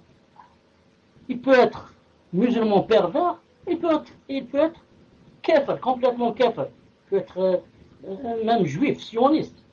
Donc il s'en fout que ce soit un bébé. C'est pas une condition pour qu'on lui fasse du tort au djinn pour que lui, il prenne la vengeance. Non, c'est un kafir, c'est un pervers, ça. Il fait du mal à n'importe qui, à tout le monde. Donc, c'est pas étonnant qu'il fasse du mal à un bébé. C'est pour le djinn. Ensuite, je dis à cette personne, je voudrais faire une nasiha, beaucoup plus à la sœur qu'à son père. Beaucoup plus à la sœur qu'à son père. C'est pour ça, je ne vois pas l'utilité qu'elle enregistre, mais si elle veut, ma'alish. Non. Puisque tu reconnais que ton père, des fois, perd le contrôle. La preuve, il dit voilà, être saurage, c'est examiné, mais je n'y crois pas. Et des fois, il ne sait pas ce qu'il fait, etc. Donc toi, Inch'Allah Ta'ala, il ne faudrait pas te faire beaucoup de soucis à cause de lui. Lui, quand il perd le contrôle, Allah Ta'ala, chez lui, il est excusé. Chez Allah Ta'ala, il est excusé. Si c'est plus lui qui commande, si c'est plus lui qui sait ce qu'il dit. Dans ce cas, le qalam marfou'. Non. Et le hadith est authentique. Il y a 3 personnes dont la plume est levée. Entre autres, il a cité le majnoun. Il a dit hatta yafiq. Entre autres, le fou, ou celui qui a perdu la raison, jusqu'à ce qu'il raisonne. Donc quelqu'un qui perd la raison, je ne vois pas pourquoi je vais faire des soucis pour lui. Même s'il dit n'importe quoi, même s'il insulte je ne sais pas qui. Il a perdu la raison, il ne sait pas ce qu'il dit. Mais si maintenant, c'est-à-dire qu'il fait exprès, ou alors que c'est une ruse, dans ce cas, d'accord. Mais si vraiment il est sincère qu'il perd la raison, il ne sait plus ce qu'il fait ou il ne sait plus ce qu'il dit, celui-là, chez Allah subhanahu wa ta'ala, il est excusé jusqu'à ce qu'il sache ce qu'il est en train de faire et qu'il commence à raisonner. Donc je te conseille à toi, Inch'Allah Ta'ala, de ne pas te faire tomber malade à cause de quelqu'un qui est excusé. Mais par contre, d'essayer de le ménager, d'essayer de limiter les dégâts avec lui quand il est dans la situation où il ne raisonne plus. Ensuite, sache que, comme a dit Allah subhanahu wa ta'ala, il a dit وَكَذَلِكَ جَعَلْنَا بَعْضَكُمْ لِبَعْضٍ فِتْنَةً أَتَصْبِرُونَ. Et certes, nous avons fait de certains d'entre vous contre d'autres des épreuves. Certains d'entre vous sont pour d'autres des épreuves. أَتَصْبِرُونَ. Allez-vous endurer et patienter? وَكَانَ رَبُّكَ بَصِيرًا. Allah subhanahu wa ta'ala, rien ne lui échappe. C'est-à-dire, il voit ce qui se passe. Ce père, par rapport à toi, ma soeur, c'est une fitna pour toi. Est-ce que tu vas patienter ou pas? Tu patientes, tu as des ajrs, tu as des récompenses. Plusieurs fois, moi-même, qui vous parle, j'ai toujours un père et une mère qui sont vivants. Vous savez, à un certain âge, à 80 et plus, commence à déraper, à dire des fois des choses qui ne sont pas à leur place, et à gronder, à ceci, à cela. Moi qui peut-être suis, combien d'années j'ai été imam et ceci, et même moi je ressens comme vous, ça, je voudrais dire des choses, mais toujours je me dis, mais alors à quoi ça sert de lire le verset qui dit attention un jour qu'ils seront âgés, etc. C'est là qu'il y a vraiment l'épreuve, est-ce que tu vas patienter ou pas? Non. Sinon, nous tous on est sujets à être à être dans les problèmes avec les parents, surtout quand ils atteignent un certain âge, et surtout s'ils sont malades maintenant. C'est ça justement l'épreuve, c'est ça le djihad. C'est une sorte de djihad. Toi, ma soeur, tu n'as pas été au djihad. Tu as assisté une fois à la bataille contre les kuffars, tu n'as pas assisté. Allah Ta'ala t'a donné une occasion chez toi, à la maison, tu es en train de faire le djihad à ton nefs. Est-ce que tu vas supporter ton père, maintenant qu'il est malade, ou là tu le supportes seulement quand il était jeune, quand il était bien, quand il était masha'Allah, quand il l'aidait, quand il nous achetait des cadeaux, quand il nous prenait en promenade. C'est là-bas seulement qu'il était bien. Maintenant qu'il est malade, qu'il commence un peu à perdre la raison, je commence à ne plus pouvoir le supporter. Je ne parle pas de la sœur, bien sûr, je parle que de nous en général, Donc, Inch'Allah Ta'ala, patiente Bidna Ta'ala, et sache que, tu es dans le djihad, et que pour chaque patience et chaque endurance, Allah Subhanahu wa Ta'ala, te marquera tout ça dans ton livret que tu trouveras demain et qui est maintenant accroché à notre cou, que tu liras demain devant Allah Subhanahu Azza wa Jal. Et aussi je demande au Père, Inch'Allah Ta'ala, de faire des efforts pour s'appliquer dans la religion au maximum, surtout que personne ne sait quand est-ce qu'il va mourir, et que demain quand on va rencontrer Allah Subhanahu wa Ta'ala, que seuls qui iront vers lui avec un cœur saint, seuls ceux-là réussiront. Toute personne qui ira vers Allah avec un cœur qui n'est pas saint, comme on dit dans le Coran, illa man ata Allah bi qalbin salim, saint où il n'y a pas de shirk, saint où il n'y a pas de bid'a. Non. C'est avec un cœur pareil, plein de ikhlas, plein de sincérité, qu'Allah subhanahu wa ta'ala fera rentrer ses serviteurs au paradis. Donc, si tu m'entends, ya akhi, toi, tu m'entends aussi, pense à ce jour et fais des efforts, Inch'Allah ta'ala, pour adorer Allah subhanahu wa ta'ala au maximum. Et je demande à Allah subhanahu wa ta'ala, le Tout-Puissant, qu'il te donne une guérison totale et imminente, bi'idnillahi ta'ala. Tfadhal. Non, mes chers, la sœur qui a envoyé la lettre pour l'expression, elle dit, dites-lui, Inch'Allah, que lorsque j'exerçais en tant qu'enseignante, c'était un mot interdit dans ma classe. Qu'Allah vous préserve, cher, et pardonnez-moi si je vous ai blessé. Question suivante, cher. Salam alaikum, cher. Naam, tfadda, cher.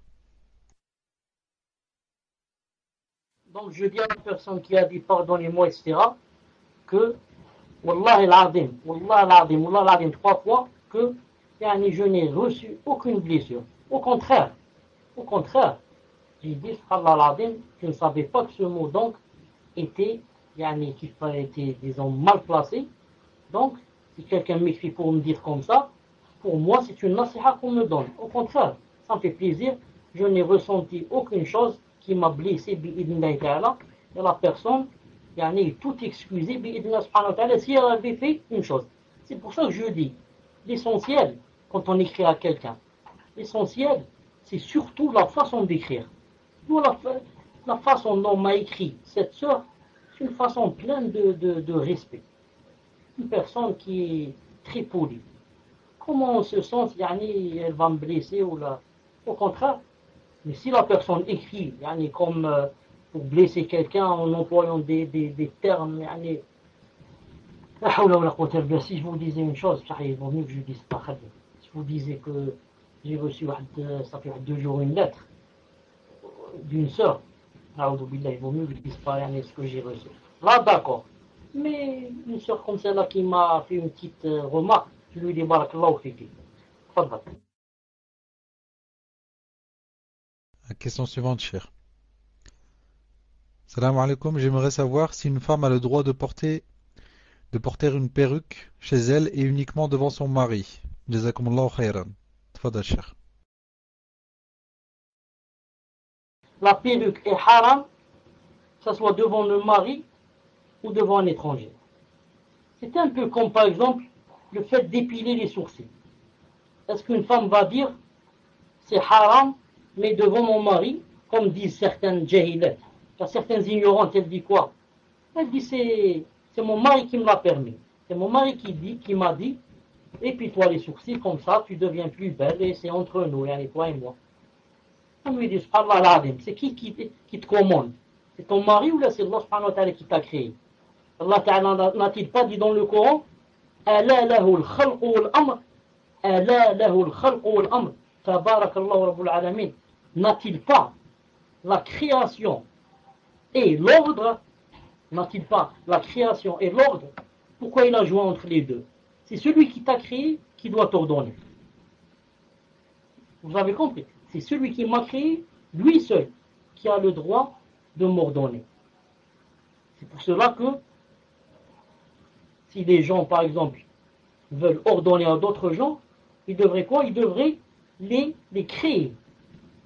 Essaye de créer une personne. Si tu peux créer un bébé ou là, ce bébé c'est toi qui lui ordonne. Tu peux lui dire, boire de l'alcool c'est permis, faire la zina c'est permis. Tu peux lui permettre tout ce que tu veux. Pourquoi? C'est ta création, ta propre création. Mais nous, étant créés par Allah subhanahu wa ta'ala, lui seul nous a créés, donc c'est lui seul qui nous commande. Sinon, toi, tu peux quoi? Tu peux commander une poupée. Non, une poupée. Là, avec de la pâte à modeler, tu fais un petit bébé comme ça, même si c'est interdit. C'est interdit de façonner. Et juste pour donner un exemple, celui-là, tu le commandes. Mais commander un être humain, sauf Allah Ta'ala, c'est lui qui a le droit de commander nous-mêmes. Donc je lui dis, c'est interdit de porter la perruque, même devant le mari. Mais la perruque, par contre, est permise pour la personne qui n'a pas, la personne qui est chauve. Non, la perruque n'est pas permise pour l'embellissement, mais elle est par contre permise pour la réparation. Celui qui est chauve, c'est impossible qu'il sorte comme ça, chauve, et tout le monde le regarde d'un regard qui le blesse. Les gens parlent de lui, les gens se moquent de lui, les gens rient de lui. Donc celui-là, il va passer un très mauvais moment. Allah subhanahu wa ta'ala n'aime pas qu'on fasse comme ça de lui. Allah subhanahu wa ta'ala donc a permis, dans un cas pareil, que la personne mette une perruque. Comme dit Cheikh Ibn Uthaymin rahimahullah, mais pas pour l'embellissement. C'est pour cacher un défaut. La personne qui suit un traitement de chimiothérapie, par exemple. Non, si elle devient, par exemple, chauve à 100%. Mais ce que je sais, c'est que la personne qui suit un traitement de chimio, wallahu a'lam, ce que je sais, c'est qu'après une certaine durée, les cheveux vont repousser. C'est pour ça que, au lieu de lui conseiller de mettre la perruque, je lui conseille de mettre quelque chose sur la tête. Si c'est un homme, par exemple une chachia ou quelque chose comme ça. Si c'est une femme, on met par exemple un khimar sur sa tête. Wallahu a'lam. Tafadhal. Question suivante. Salam alaikum wa rahmatullahi wa barakatuh. Qu'Allah Azza wa Jal vous préserve, cher. Peut-on s'épiler les poils de la moustache, même s'il y en a peu? Barakallahu fikum, c'est la question d'une sœur, cher. Les femmes, la plupart des fautes qu'elles commettent, il faudrait qu'elles apprennent à les faire éviter à leurs filles. C'est quoi la plupart des fautes qu'elles commettent? La plus grande faute que commet une femme, c'est que déjà à l'âge de 12 ans ou 13 ans ou peut-être moins, elle commence à s'épiler. S'épiler ses jambes, s'épiler, alors qu'elle n'a même pas de poils. C'est juste pour montrer un peu qu'elle est devenue femme. C'est un peu comme un garçon à l'âge de je ne sais pas quoi, il commence à vouloir fumer la cigarette à l'âge de 10 ans, là, comme quoi là je suis devenu un homme. Non. Alors qu'en fait c'est une grande faute pour s'épiler à cet âge-là et n'ayant même pas de poils. C'est tout juste un duvet. Et plus grave encore, c'est la femme qui n'a pas du tout de poils.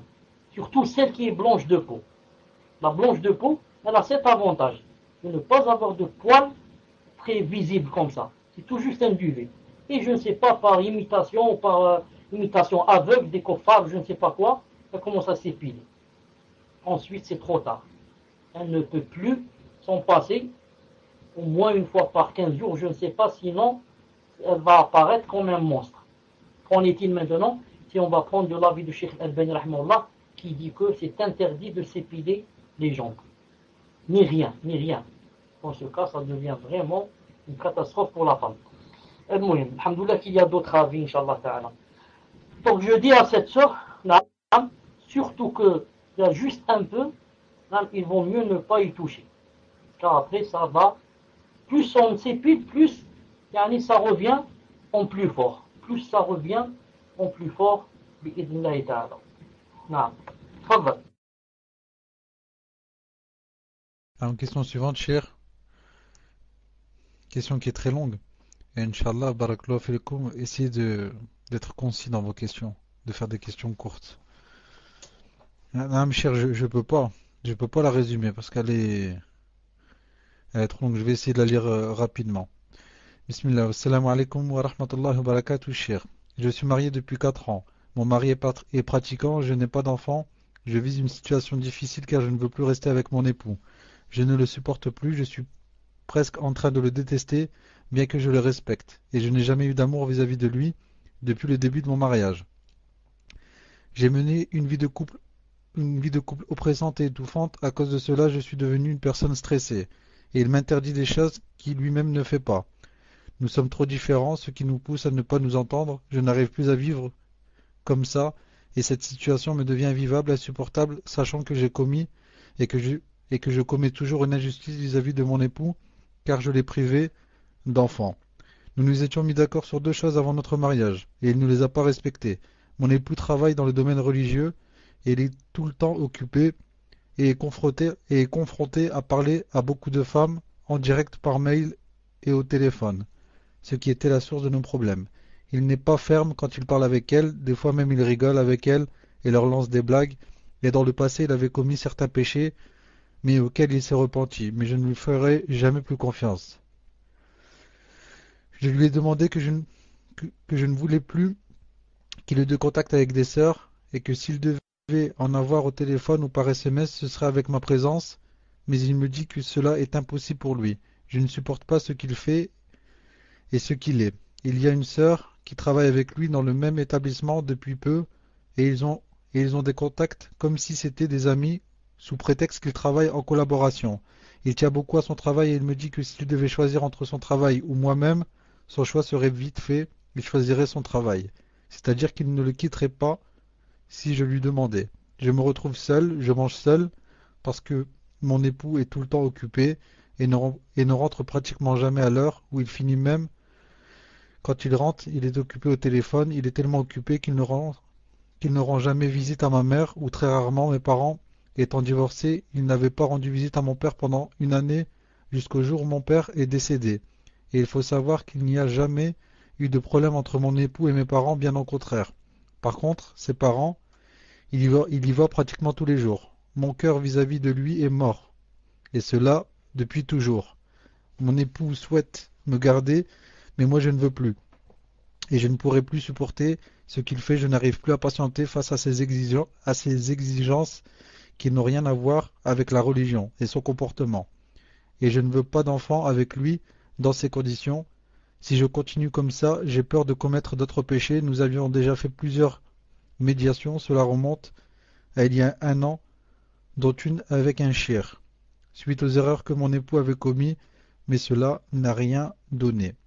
Comme je persistais toujours dans la demande de divorce, le shir a dit à mon époux de me libérer dans le bien et sans conflit.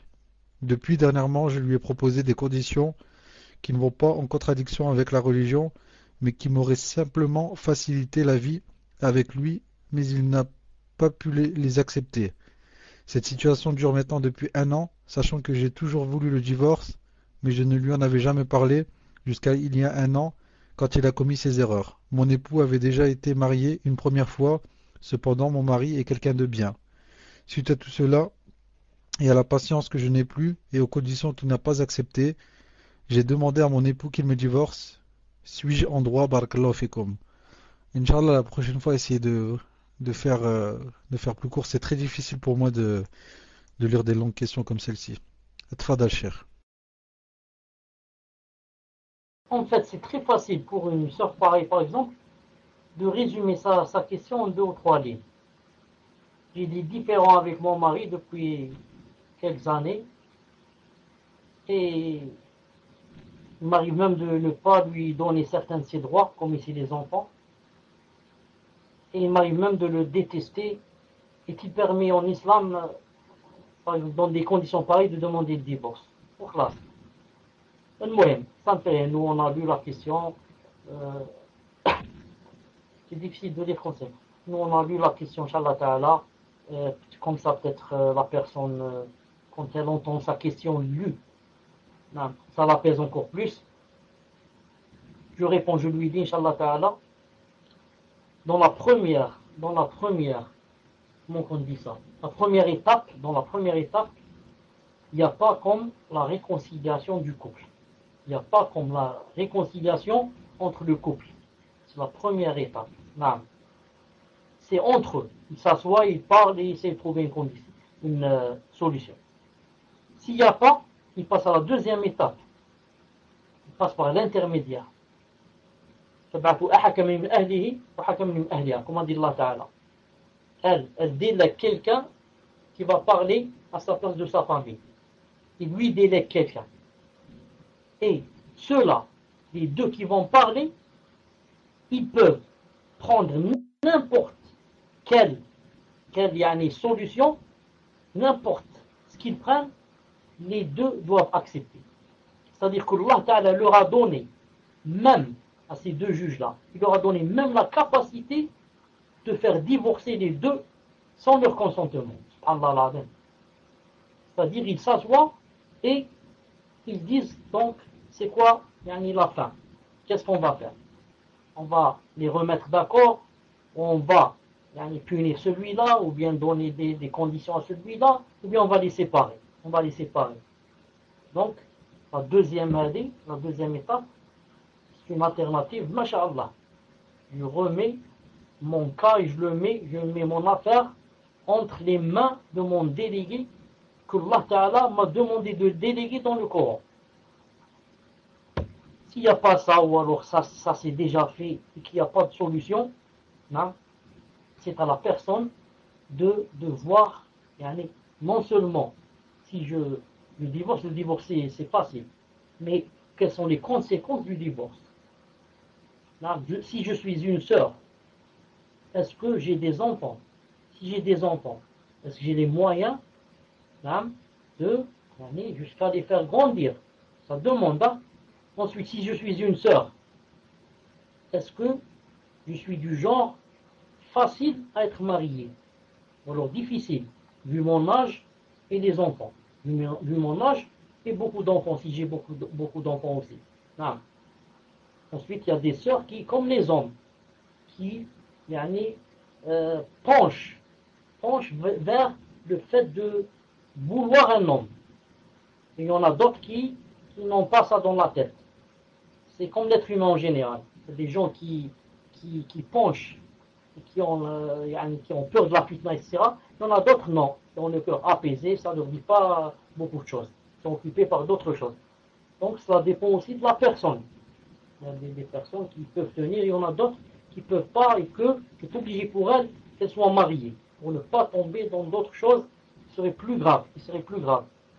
En général, la femme, pour terminer, je dis, en général, la femme, si elle est sûre qu'elle ne peut pas aimer son mari, qu'elle a commencé à le détester, et qu'elle a même peur de le priver de ses droits, de ne pas le laisser par exemple s'approcher d'elle, de ne pas lui donner ses droits, et c'est à cause d'eux, elle a commencé à le détester, dans ce cas, comme a dit Allah Ta'ala, وَإِنْ عَزَمُوا الطَّلَقْ فَإِنَّ اللَّهَ سَمِيعٌ عَلِيمٌ.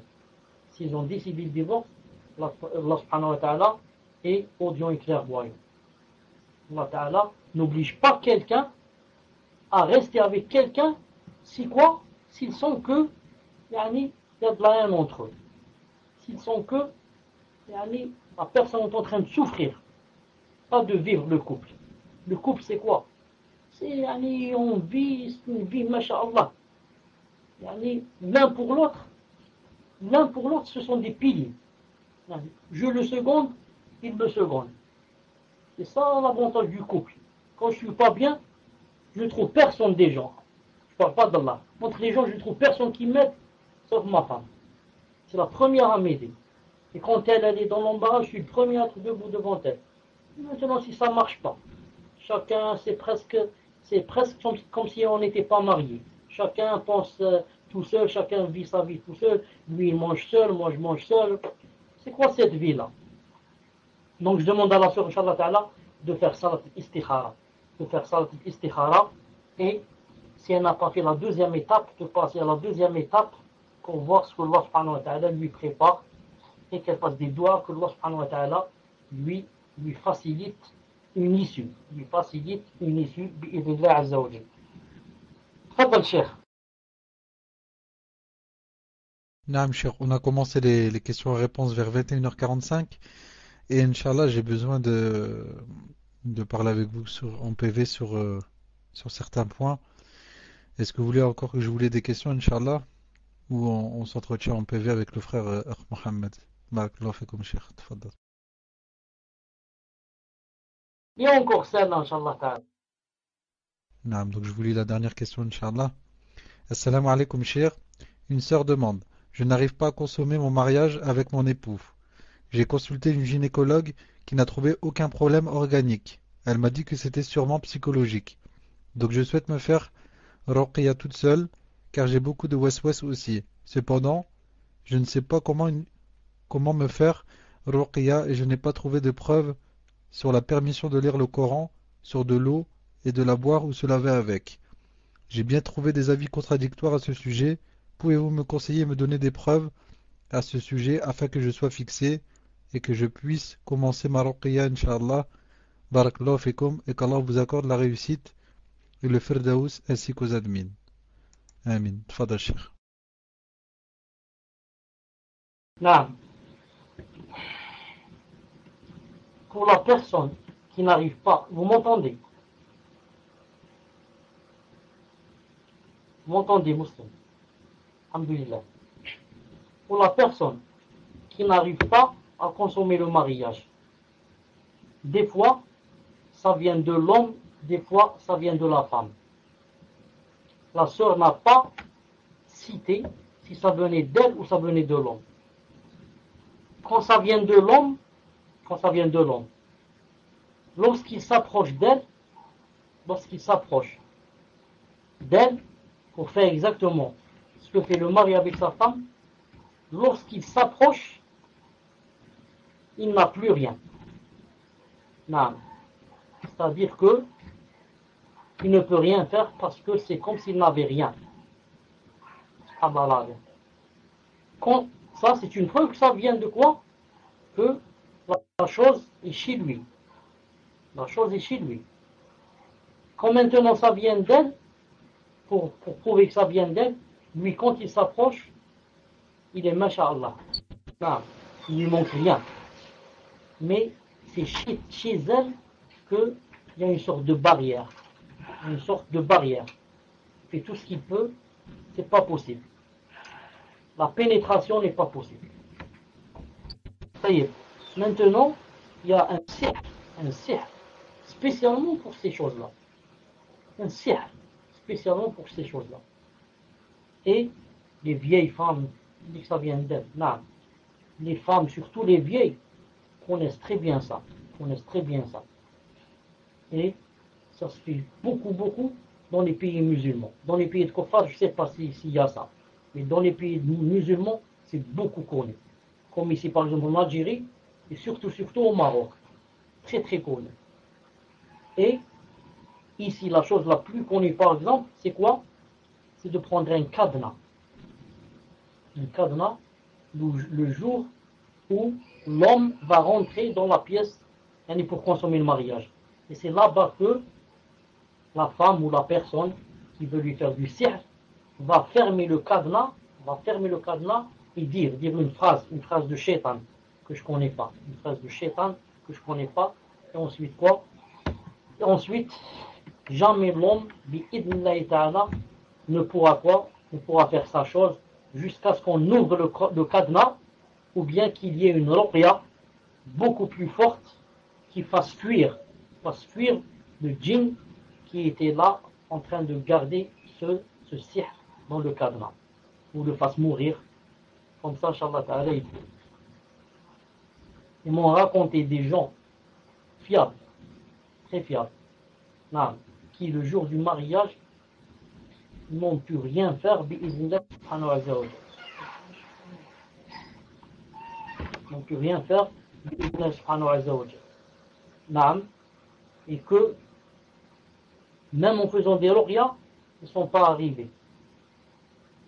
Et que c'est après avoir découvert d'où venait le sihr qu'il fallait, disons, invalider ce sihr. Pour que les choses reviennent à la normale. Et une fois je vous ai parlé, si vous vous rappelez un certain temps, je vous ai parlé d'une personne qui avait ce problème et qui est même, c'est-à-dire une sœur, qui s'est fait opérer. Au niveau des parties intimes, et que la spécialiste, la femme qui l'a opéré, lui a dit que même l'opération est impossible, et c'est comme s'il y avait du fer, un morceau de fer, on ne peut rien faire contre lui, on ne peut pas le couper. Le médecin c'est quoi? Le médecin c'est juste peut-être des ciseaux, je ne sais pas, une lame comme ça, c'est pour ouvrir. Le médecin a dit c'est pas possible, c'est du fer.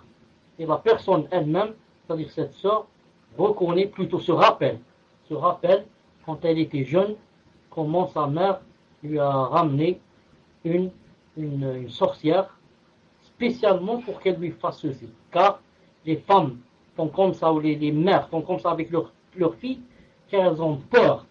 Elles disent c'est pour les préserver. Et, Inch'Allah Ta'ala, quand elles grandissent, le jour du mariage, on va, Inch'Allah Ta'ala, leur enlever, ou leur ouvrir ce cadenas, etc. D'ailleurs, des fois, ou alors dans tous les cas, la sorcière donne le cadenas à la mère de la fille et lui dit, le jour du mariage, tu l'ouvres et voilà ce que tu dis. Et des fois, qu'est-ce qu'il arrive? Des fois, la mère perd le cadenas, elle ne sait plus où il est. Et des fois, oublie la phrase qu'elle faut dire. Et la sorcière qui lui a donné le cadenas est morte. Donc, la fille reste comme ça, suspendue, jusqu'à ce qu'elle tombe dans une vraie ruqya, ou que Allah lui fasse une solution. Et moi, je reviens jeudi. Pour la personne, je lui dis, la meilleure ruqya, même s'il n'y a pas un délit clair, c'est de quoi? C'est comme a dit Cheikh Ben Baz, rahimahullah. Il a dit, c'est de lire Ayat al-Kursi dans l'eau. Et Qul huwallahu, Qul a'udhu bi rabbil falaq, Qul a'udhu bi rabbin nas, et de mettre le sidr, le jujubier, je crois. 7 feuilles de jujubier qu'il faut frapper entre des cailloux et les mettre dans de l'eau et lire ce que j'ai dit et se laver avec. Si quelqu'un va dire, mais il n'y a pas ça, un hadith clair ou un verset ou là. Je réponds, premièrement, le fait de faire la ruqya, les savants ont divergé sur est-ce que c'est tawfiqi ou bien c'est tawqifi. Les savants ont divergé. Est-ce que la ruqya, c'est tawqifi ou bien c'est tawfiqi? Si tu dis c'est tawqifi, ça veut dire il me faut un verset ou un Coran. Si tu dis c'est tawfiqi, ça veut dire ça, ça se base sur l'expérience. Donc les savants ont divergé. Il n'y a pas un avis clair qui dit que la ruqya, il faudrait un verset et un hadith pour la faire, pour faire telle ruqya. Car d'autres ont dit, ça ne se base pas sur le verset et le hadith seulement, mais aussi sur l'expérience. C'est pour ça que le prophète, sallallahu alayhi wa sallam, qu'est-ce qu'il disait? Comme dans Sahih Bukhari. Il disait, dites-moi, présentez-moi, exhibez-moi vos ruqya. Tout ce qui ne comprend pas de shirk est acceptable. C'est comme ça qu'il disait, sallallahu alayhi wa sallam. Ruqya, la ba'su biha, ma lam yakun, man takun shirkan. La ruqya en général, comme ça dit le prophète, a dit, tant qu'il n'y a pas du shirk, c'est acceptable. Est-ce que le fait que je lise un peu de Coran sur de l'eau, est-ce que j'ai fait du shirk? Si c'était du shirk, comment se fait-il que des grands savants, comme Ibn Taymiyyah, comme Ibn al-Qayyim, comme beaucoup de salaf, comme Cheikh Ben Baz, Cheikh Ibn Uthaymin, et j'en passe, yani permettaient cette chose. Eux qui, du matin au soir, combattaient le shirk. Que pensez-vous de Ibn Taymiyyah, rahimahullah, qui disait que, il a dit, j'ai fait l'expérience moi-même, il a dit, à chaque fois que j'avais un mal de dents, j'écrivais avec le safran, le za'afran, sur la joue, même sur la joue du malade, ou sur sa joue lui-même, j'ai oublié, j'écrivais un verset, وله qui dit, وله ما سكن في الليل والنهار وهو السميع العليم. Il disait, ça s'arrêtait sur le coup. Je termine d'écrire le verset, quelques secondes ou là, il n'y a plus le mal dedans. On va lui dire à Ibn Taymiyyah, donne-nous un verset ou un hadith qui dit que ce verset s'écrit pour le mal dedans.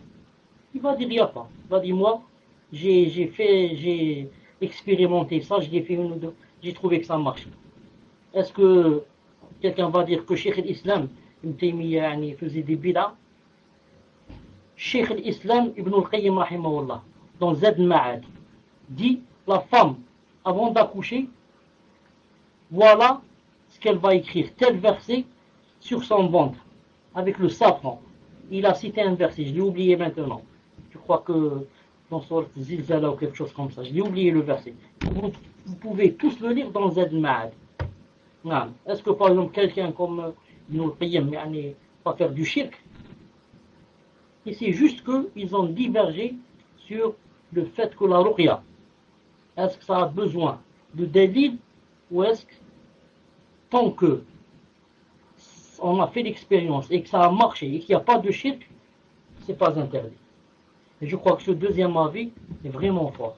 Quand il se base sur un hadith de Bukhari, où le prophète a dit, tout ce qui n'est pas shirk dans la ruqya est acceptable. Il disait, faites-moi écouter vos ruqya, qu'est-ce que vous dites avant telle et telle chose. Parce qu'il n'y a pas de shirk, elle est acceptée. Une règle générale. Allah subhanahu wa ta'ala alam. Ensuite, donc voilà ce que je donne conseil à cette sœur, bi'idhnillahi ta'ala. Ensuite, pour la personne aussi qui dit, pour la question qui dit qu'elle connaît une personne qui, tout en étant musulmane, cette personne, tout en étant musulmane, elle voudrait se marier, elle dit comment, elle connaît quelqu'un, elle connaît une musulmane qui a connu un kafir, et qui dit que, comment, puisqu'elle voudrait se marier avec lui, comment va-t-elle faire s'il ne rentre pas dans l'islam? Attendez une seconde. Non. Et qui dit que, même que de temps en temps, elle a des contacts avec lui. Elle a des contacts. Elle n'a pas cité si c'est par mail ou par téléphone ou non. Je dis, bi'idhnillah subhanahu wa ta'ala. La musulmane. Non. La sœur demande ce qu'elle doit faire.